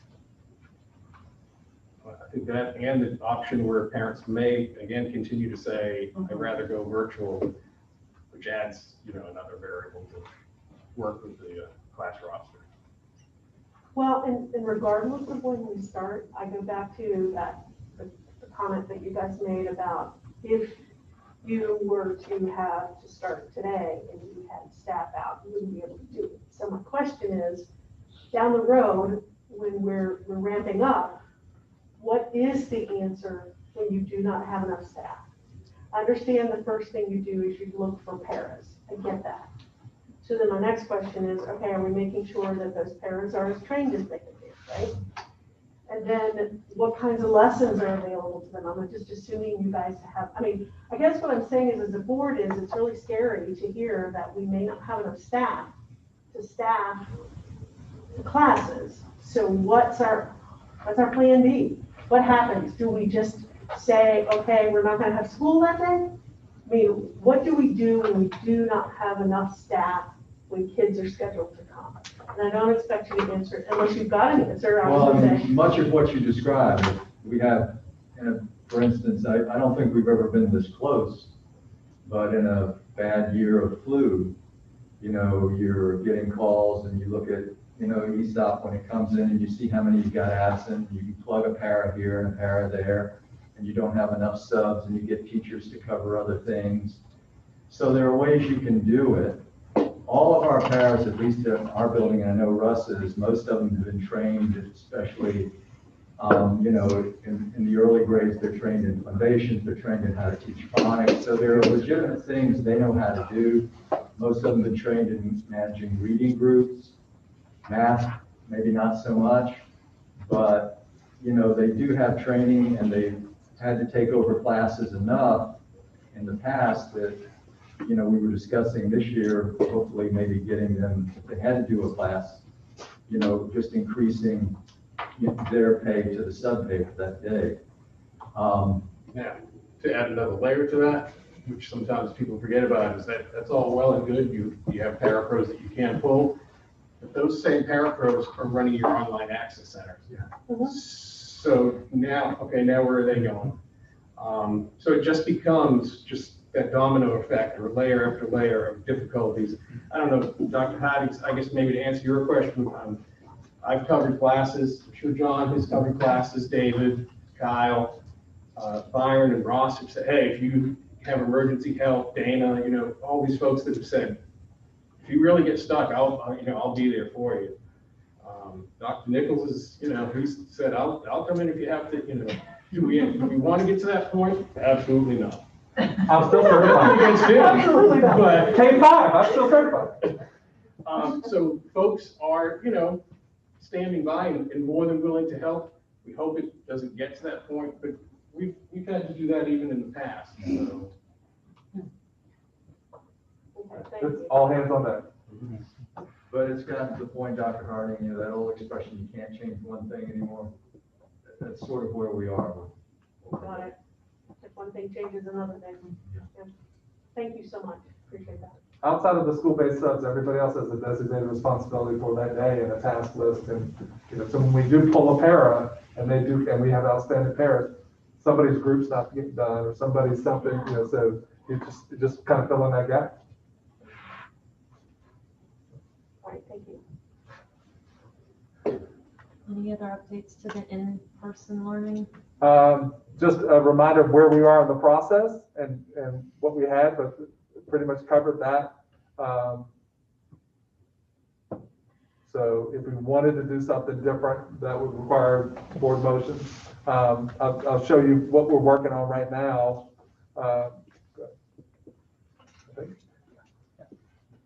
So continue planning for grades 4 and 5.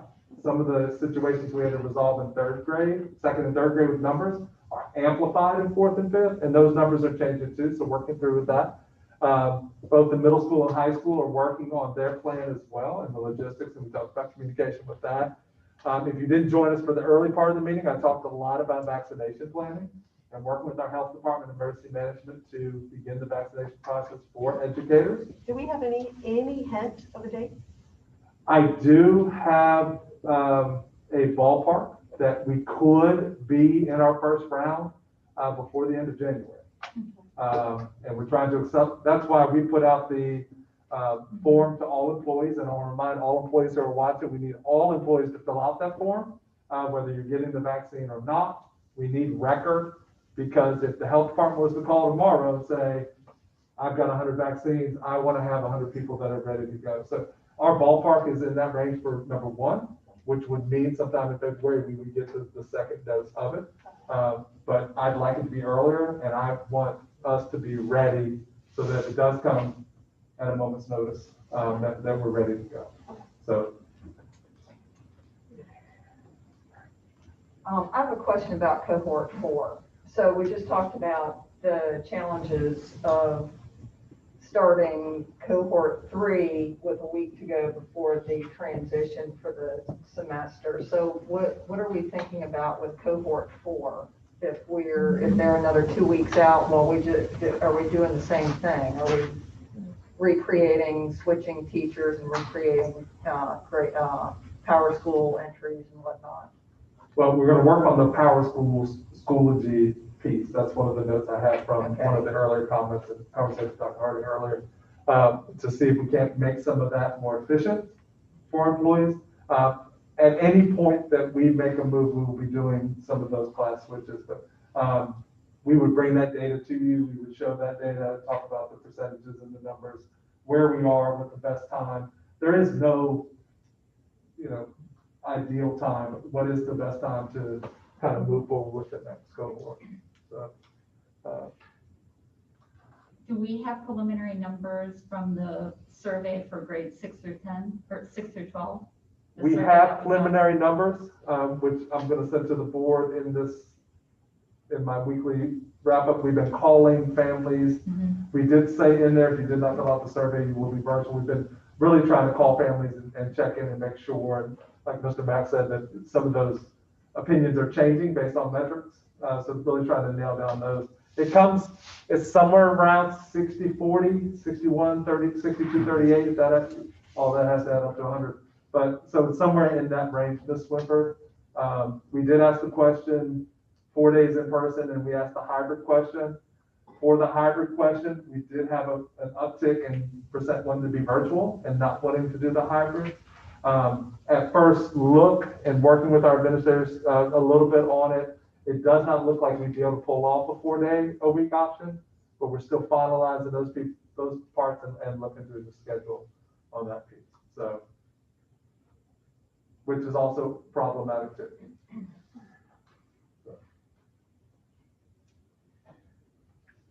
I'd like to make a motion that we amend the return to in-person learning for cohort 3.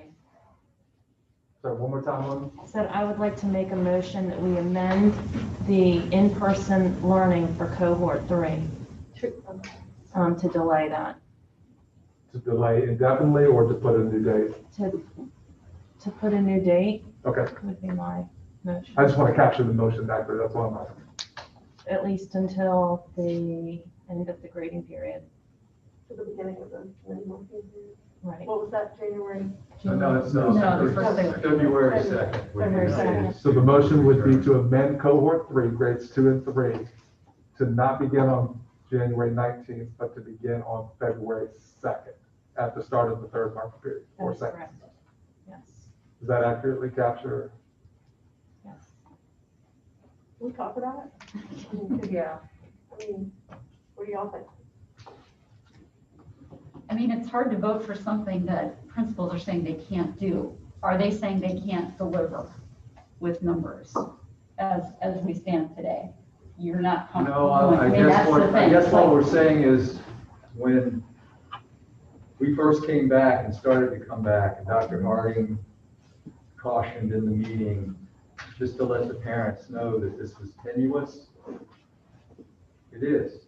It's even more so now.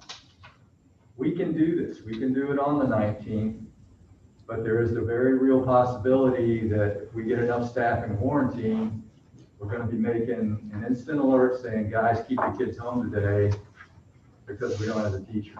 Well, and then you could be switching their teacher now and then switching it again at the grading period. So they could potentially have 3 teachers within a month. Well, I mean, the switches we've made now would be the same on the 19th or the same at the grading period for second and third, correct? What happens now?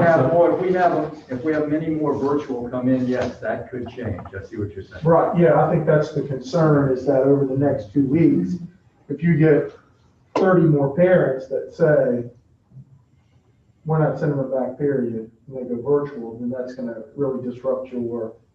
Right. We have to redo the classes, yes. For me, it's more than that. It's also the alarming trends with the data that's coming in. It's also the numbers are going up. So, I mean, it's for me, it's more to it than that. But that is also a huge piece of it, the staffing concerns combined with the data.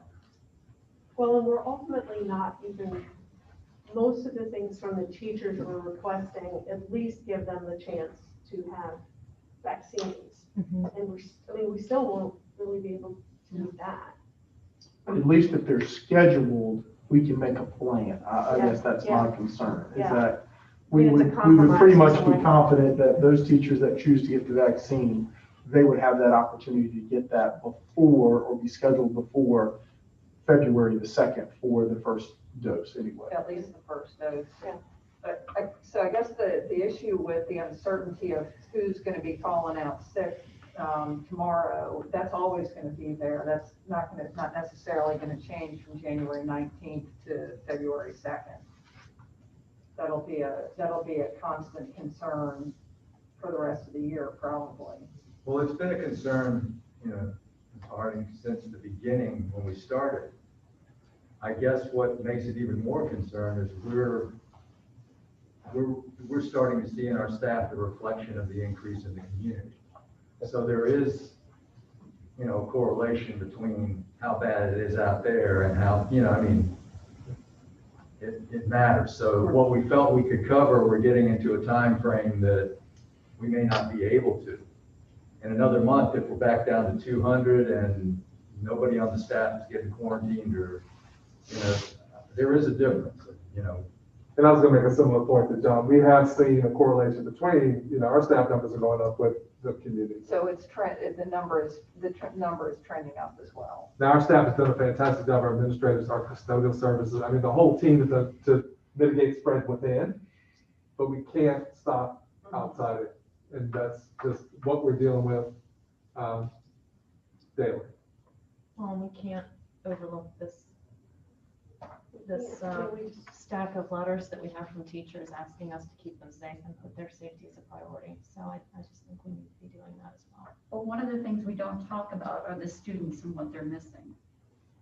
We haven't talked about grades that are failing and going down.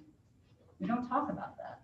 We talk about the teachers because they speak up, but we haven't talked about how this is affecting the children. So maybe we could get some data on what grades are looking like compared to years past. Another thing that a couple of our principals didn't even say, but I would like to say, we do have some employees on site that have been working diligently the whole time and are, this current setup because it has protected them by not being around others. We have two principals that are dealing with individuals just this weekend that, in this last week, that cannot be around others once we start bringing people back. So, there are multiple FMLA concerns as well that we don't really go into, but we do have some very high-risk situations. And we just had two just within a week. So that's another piece of the puzzle that we didn't really speak to this evening, but it's pretty important for our staff as well. I think to support what Kristen was saying is that I know that you guys had to do the PALS testing. Do you have the results back from that since we have gotten that? Have you seen either the gaps, how significant they've been, or what areas are more significant than others? And do you think that they can be caught up? I guess that's the real question is, now that we're kind of in the separation phase of virtual, quote unquote. Can I combine your answer? Sure. I'd also like to make a comment on what Ms. Lindsay said. Everybody in my building that's teaching in person wants to be there. And personally, in person is the only way you can do this job. I'll be honest with you. But again, it gets down to the practicalities. The PALS this year on our building, there was an increase in identified kids, no doubt. From what they missed last spring coming in, some of it could have been trying to do part of the PALS, especially with first grade and on virtually. But the kindergartners came in and we had more ID than K as well. So we're up on that. We're seeing it in our remediation. Our Title I guys are teaching both in person and virtually, trying to accommodate all the children. And there are gaps. We want them back so we can close these gaps. But there is the balance that if we bring them back and I send them home a week later, I got a call from a teacher tonight. Her son goes to King William High School. They shut it down for a week because they didn't have the staff to do it. That's tonight. She just texted me. So, I mean, there's the reality of it. I don't want the kids to get any farther behind, and what we do, like I said, is best done in person. But, we've got to figure out the disruption. We've compared to maybe just remaining in place for a little bit. I don't know. Well, I think one of the things that I'm proud of our county for is that we haven't gone back and forth. I mean, we've moved forward slowly and we haven't sent back and forth because some of the other surrounding counties have opened, as you said, and then shut down, and it's just more disruptive. So But a lot of districts have remained open, and what I'm trying to present is that it's kind of the elephant in the room that never gets presented, is that private schools are open. Our kids are behind. They will be behind. Hanover's open. They're going to school. Nobody talks about that. I don't know. I want to be able to send kids back safely. I don't want to send them home again. I just don't understand why we as a locality can't do it. We're a small community. So are you asking why you can't do what Hanover's doing? Yeah. I mean, because they're a big district, but then, smaller private schools are doing it as well. Right. We've lost kids to private schools. But do they have licensed teachers that are teaching all of those classes? Honestly, private schools don't have the same requirements. They don't have the requirements that a public school has. I think, I venture to guess that in terms of class sizes, I think that's Their different. classes are full. Well, I mean, they probably are. I don't know that they've got 39 kids in the class or 28. Well, we're teaching with kids in the class. parapros though. We're teaching with We are. parapros. We are. So I guess- it's not a fair argument, but it No, has to be discussed. I mean, It there has to be discussed because are two things that parents talk about. You're absolutely right. people say the kids will be fine. They're going to be fine. One of the things is what we've talked about tonight, that kids will be falling behind. Mhm. And the second thing is social emotional. So, and I mean, I struggle. I mean, I read absolutely every single thing I can find on it. Mhm. And I mean, my first comment is falling behind who? So if we have the majority of the school districts in our state, and we could even say nationally, yes, private schools are in a different spot. I don't even know that they use the same curriculum. So could we say falling behind? What does that mean? I mean, I'll be honest. I mean, I went to a private school and I had the worst math in the world. Nobody compared. Nobody could, I mean, it just was that way. So I was already behind in a time where nobody talked about those things. So you can't compare apples and oranges. If it's the same curriculum, and we had half of the schools in Virginia that were open and half weren't, then I really worry about what does behind mean. But I read an article today that basically said it's kind of, actually, I think, Mr. Moncrief, you just said it, do we stay in place? Do we try to not stress about catching up, and that we make sure that children get the content? And then I'm gonna throw an educational piece out there, and that is, teachers go to school and learn that K through 2 should never really be kindergarten, first grade, second grade. They all learn so differently. And some of them are more delayed, and maybe they need to stay in a class at a lower, longer. So particularly at the lower grades, that idea of learning is fluid. And it's only textbook companies, frankly, and testing companies that put us all in a situation where we ask ourselves, are we behind? Did I make the grade? Colleges are being super flexible right now. They're not even requiring standardized assessments, but it's the testing companies that put us where we are in the concept of behind. The second thing I'd say is social emotional. I really struggle with this because I think I think students who have higher needs are not being met. And I've read all the things that parents are writing, and I'm thinking about it. And there are so many who do say, we're doing all right. And my kids, we have a schedule, and these are the things we do, and this is what we require, and it's going okay. And then we have people who are having trouble. The people who are having trouble, there's so many reasons why, But I think that the concept of resilience is lost in this society. I think everybody wants it to be smooth and easy and the same. And I don't think this school system or any school system in the state of Virginia asks for this, or the country. And everyone's trying as hard as they can. Kristen, I agree with you 100%. There are students this year and last spring, we may just have all been treading water. And I'm just not sure that we need to let the concept of falling behind run us all in the ground and make us disagree. We've got parents who want kids at school. We've got parents who don't. We're stuck. We are stuck. The teachers are stuck. I don't know what the answer is other than the fact that we're going to continue to be stuck and we're going to make a decision and half the people are going to love it and the other half aren't. Welcome to school board work. And the other point is we are playing sports, as you're aware. Right. At the middle school. Well, and I mean, I'll be honest, don't ask me what I think about that. Well, we haven't talked about that. You know what? You know what? If they don't start wearing their masks and they don't start following the rules, they won't be playing sports.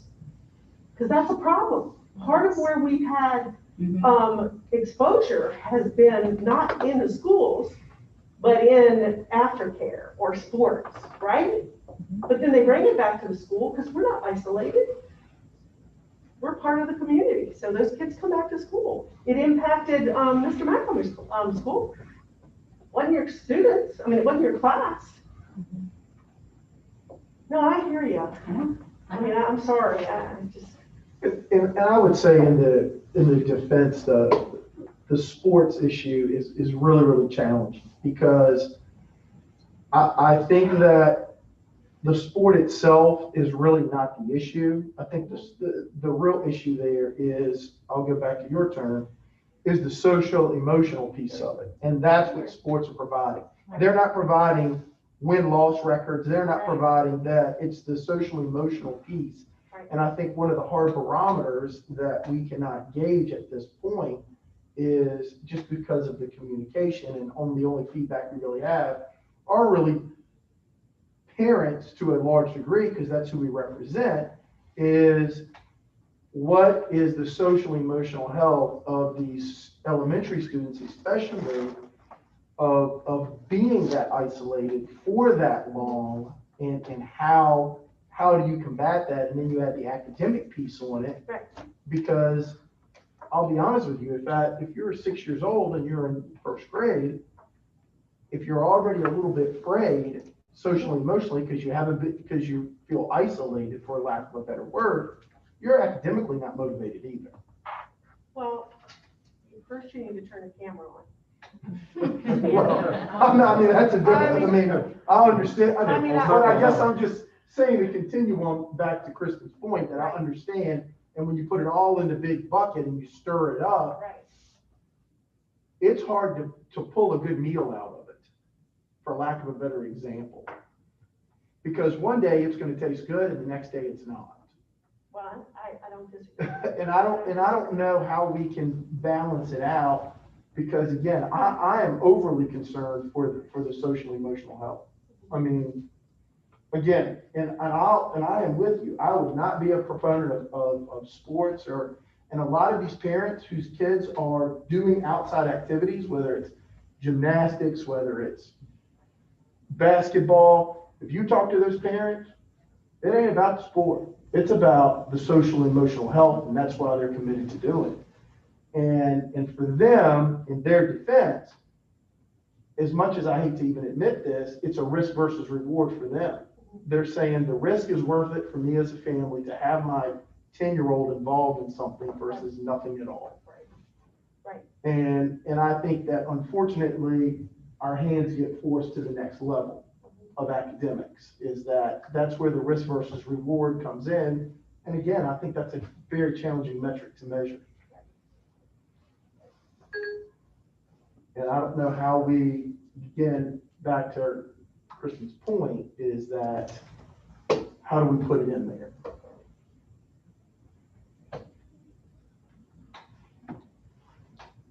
Any further discussion? Not to make a different point or to add to it, I want to recognize our staff that is in person every day with kids, and know that they're important as well, as we move forward. So if we do move in the direction of delaying, them shifting would be a disruption as well.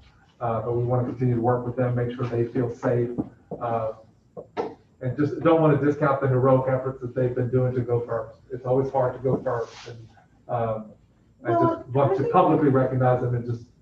I mean, I think we should have it's beyond the scope of today right now, but we should be talking about the teachers who feel isolated and alienated and the teachers who are coming in every day. And I don't think we're done. I don't think we're done with that yet. I think we still need to talk about it and we need to do something. And I don't know what that is, but I appreciate your reminding us because, we're not done. Yeah. We're not done. We can't be done. Nope. We have a tremendous team who's making the best of what I keep saying is an insurmountable challenge. The rules change, the guidance changes, and this team lines up every day and goes at it. And there is isolation, there is worry, there is anxiety. But I wouldn't go out with another team. This team is making things happen. So. Okay, so there is a motion on the floor to delay the cohort 3 to February 2nd. February 2nd. And second.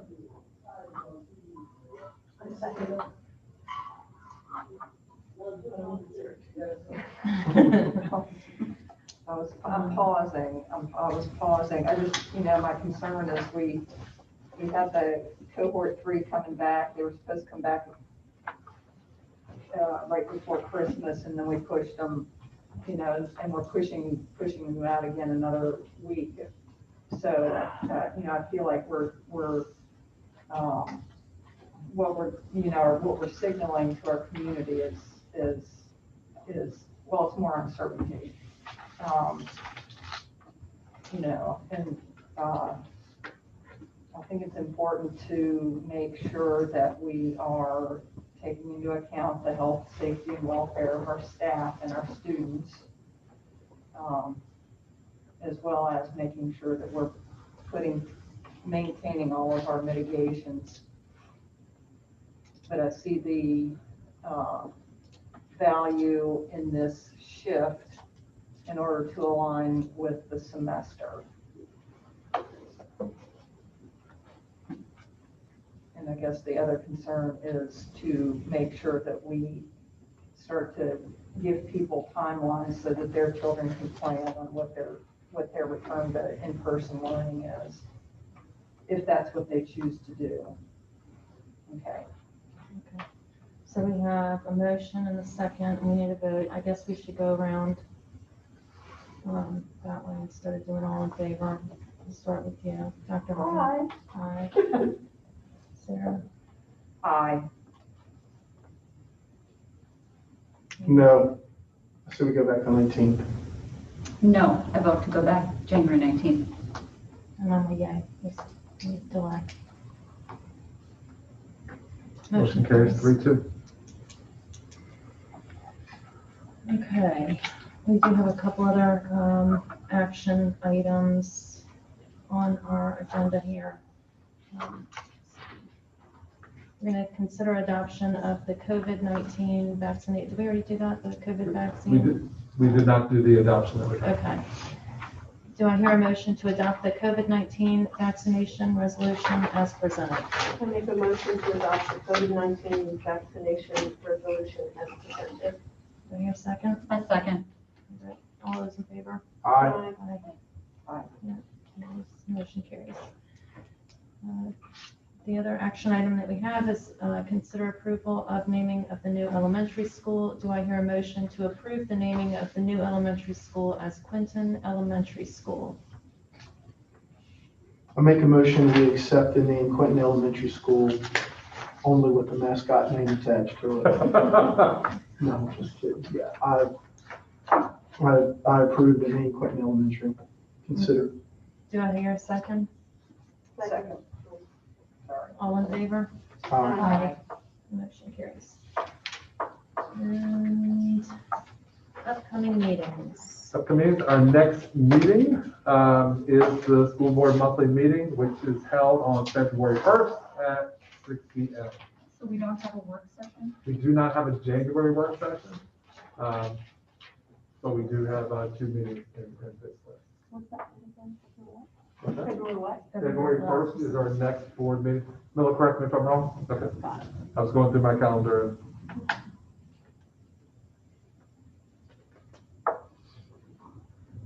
So because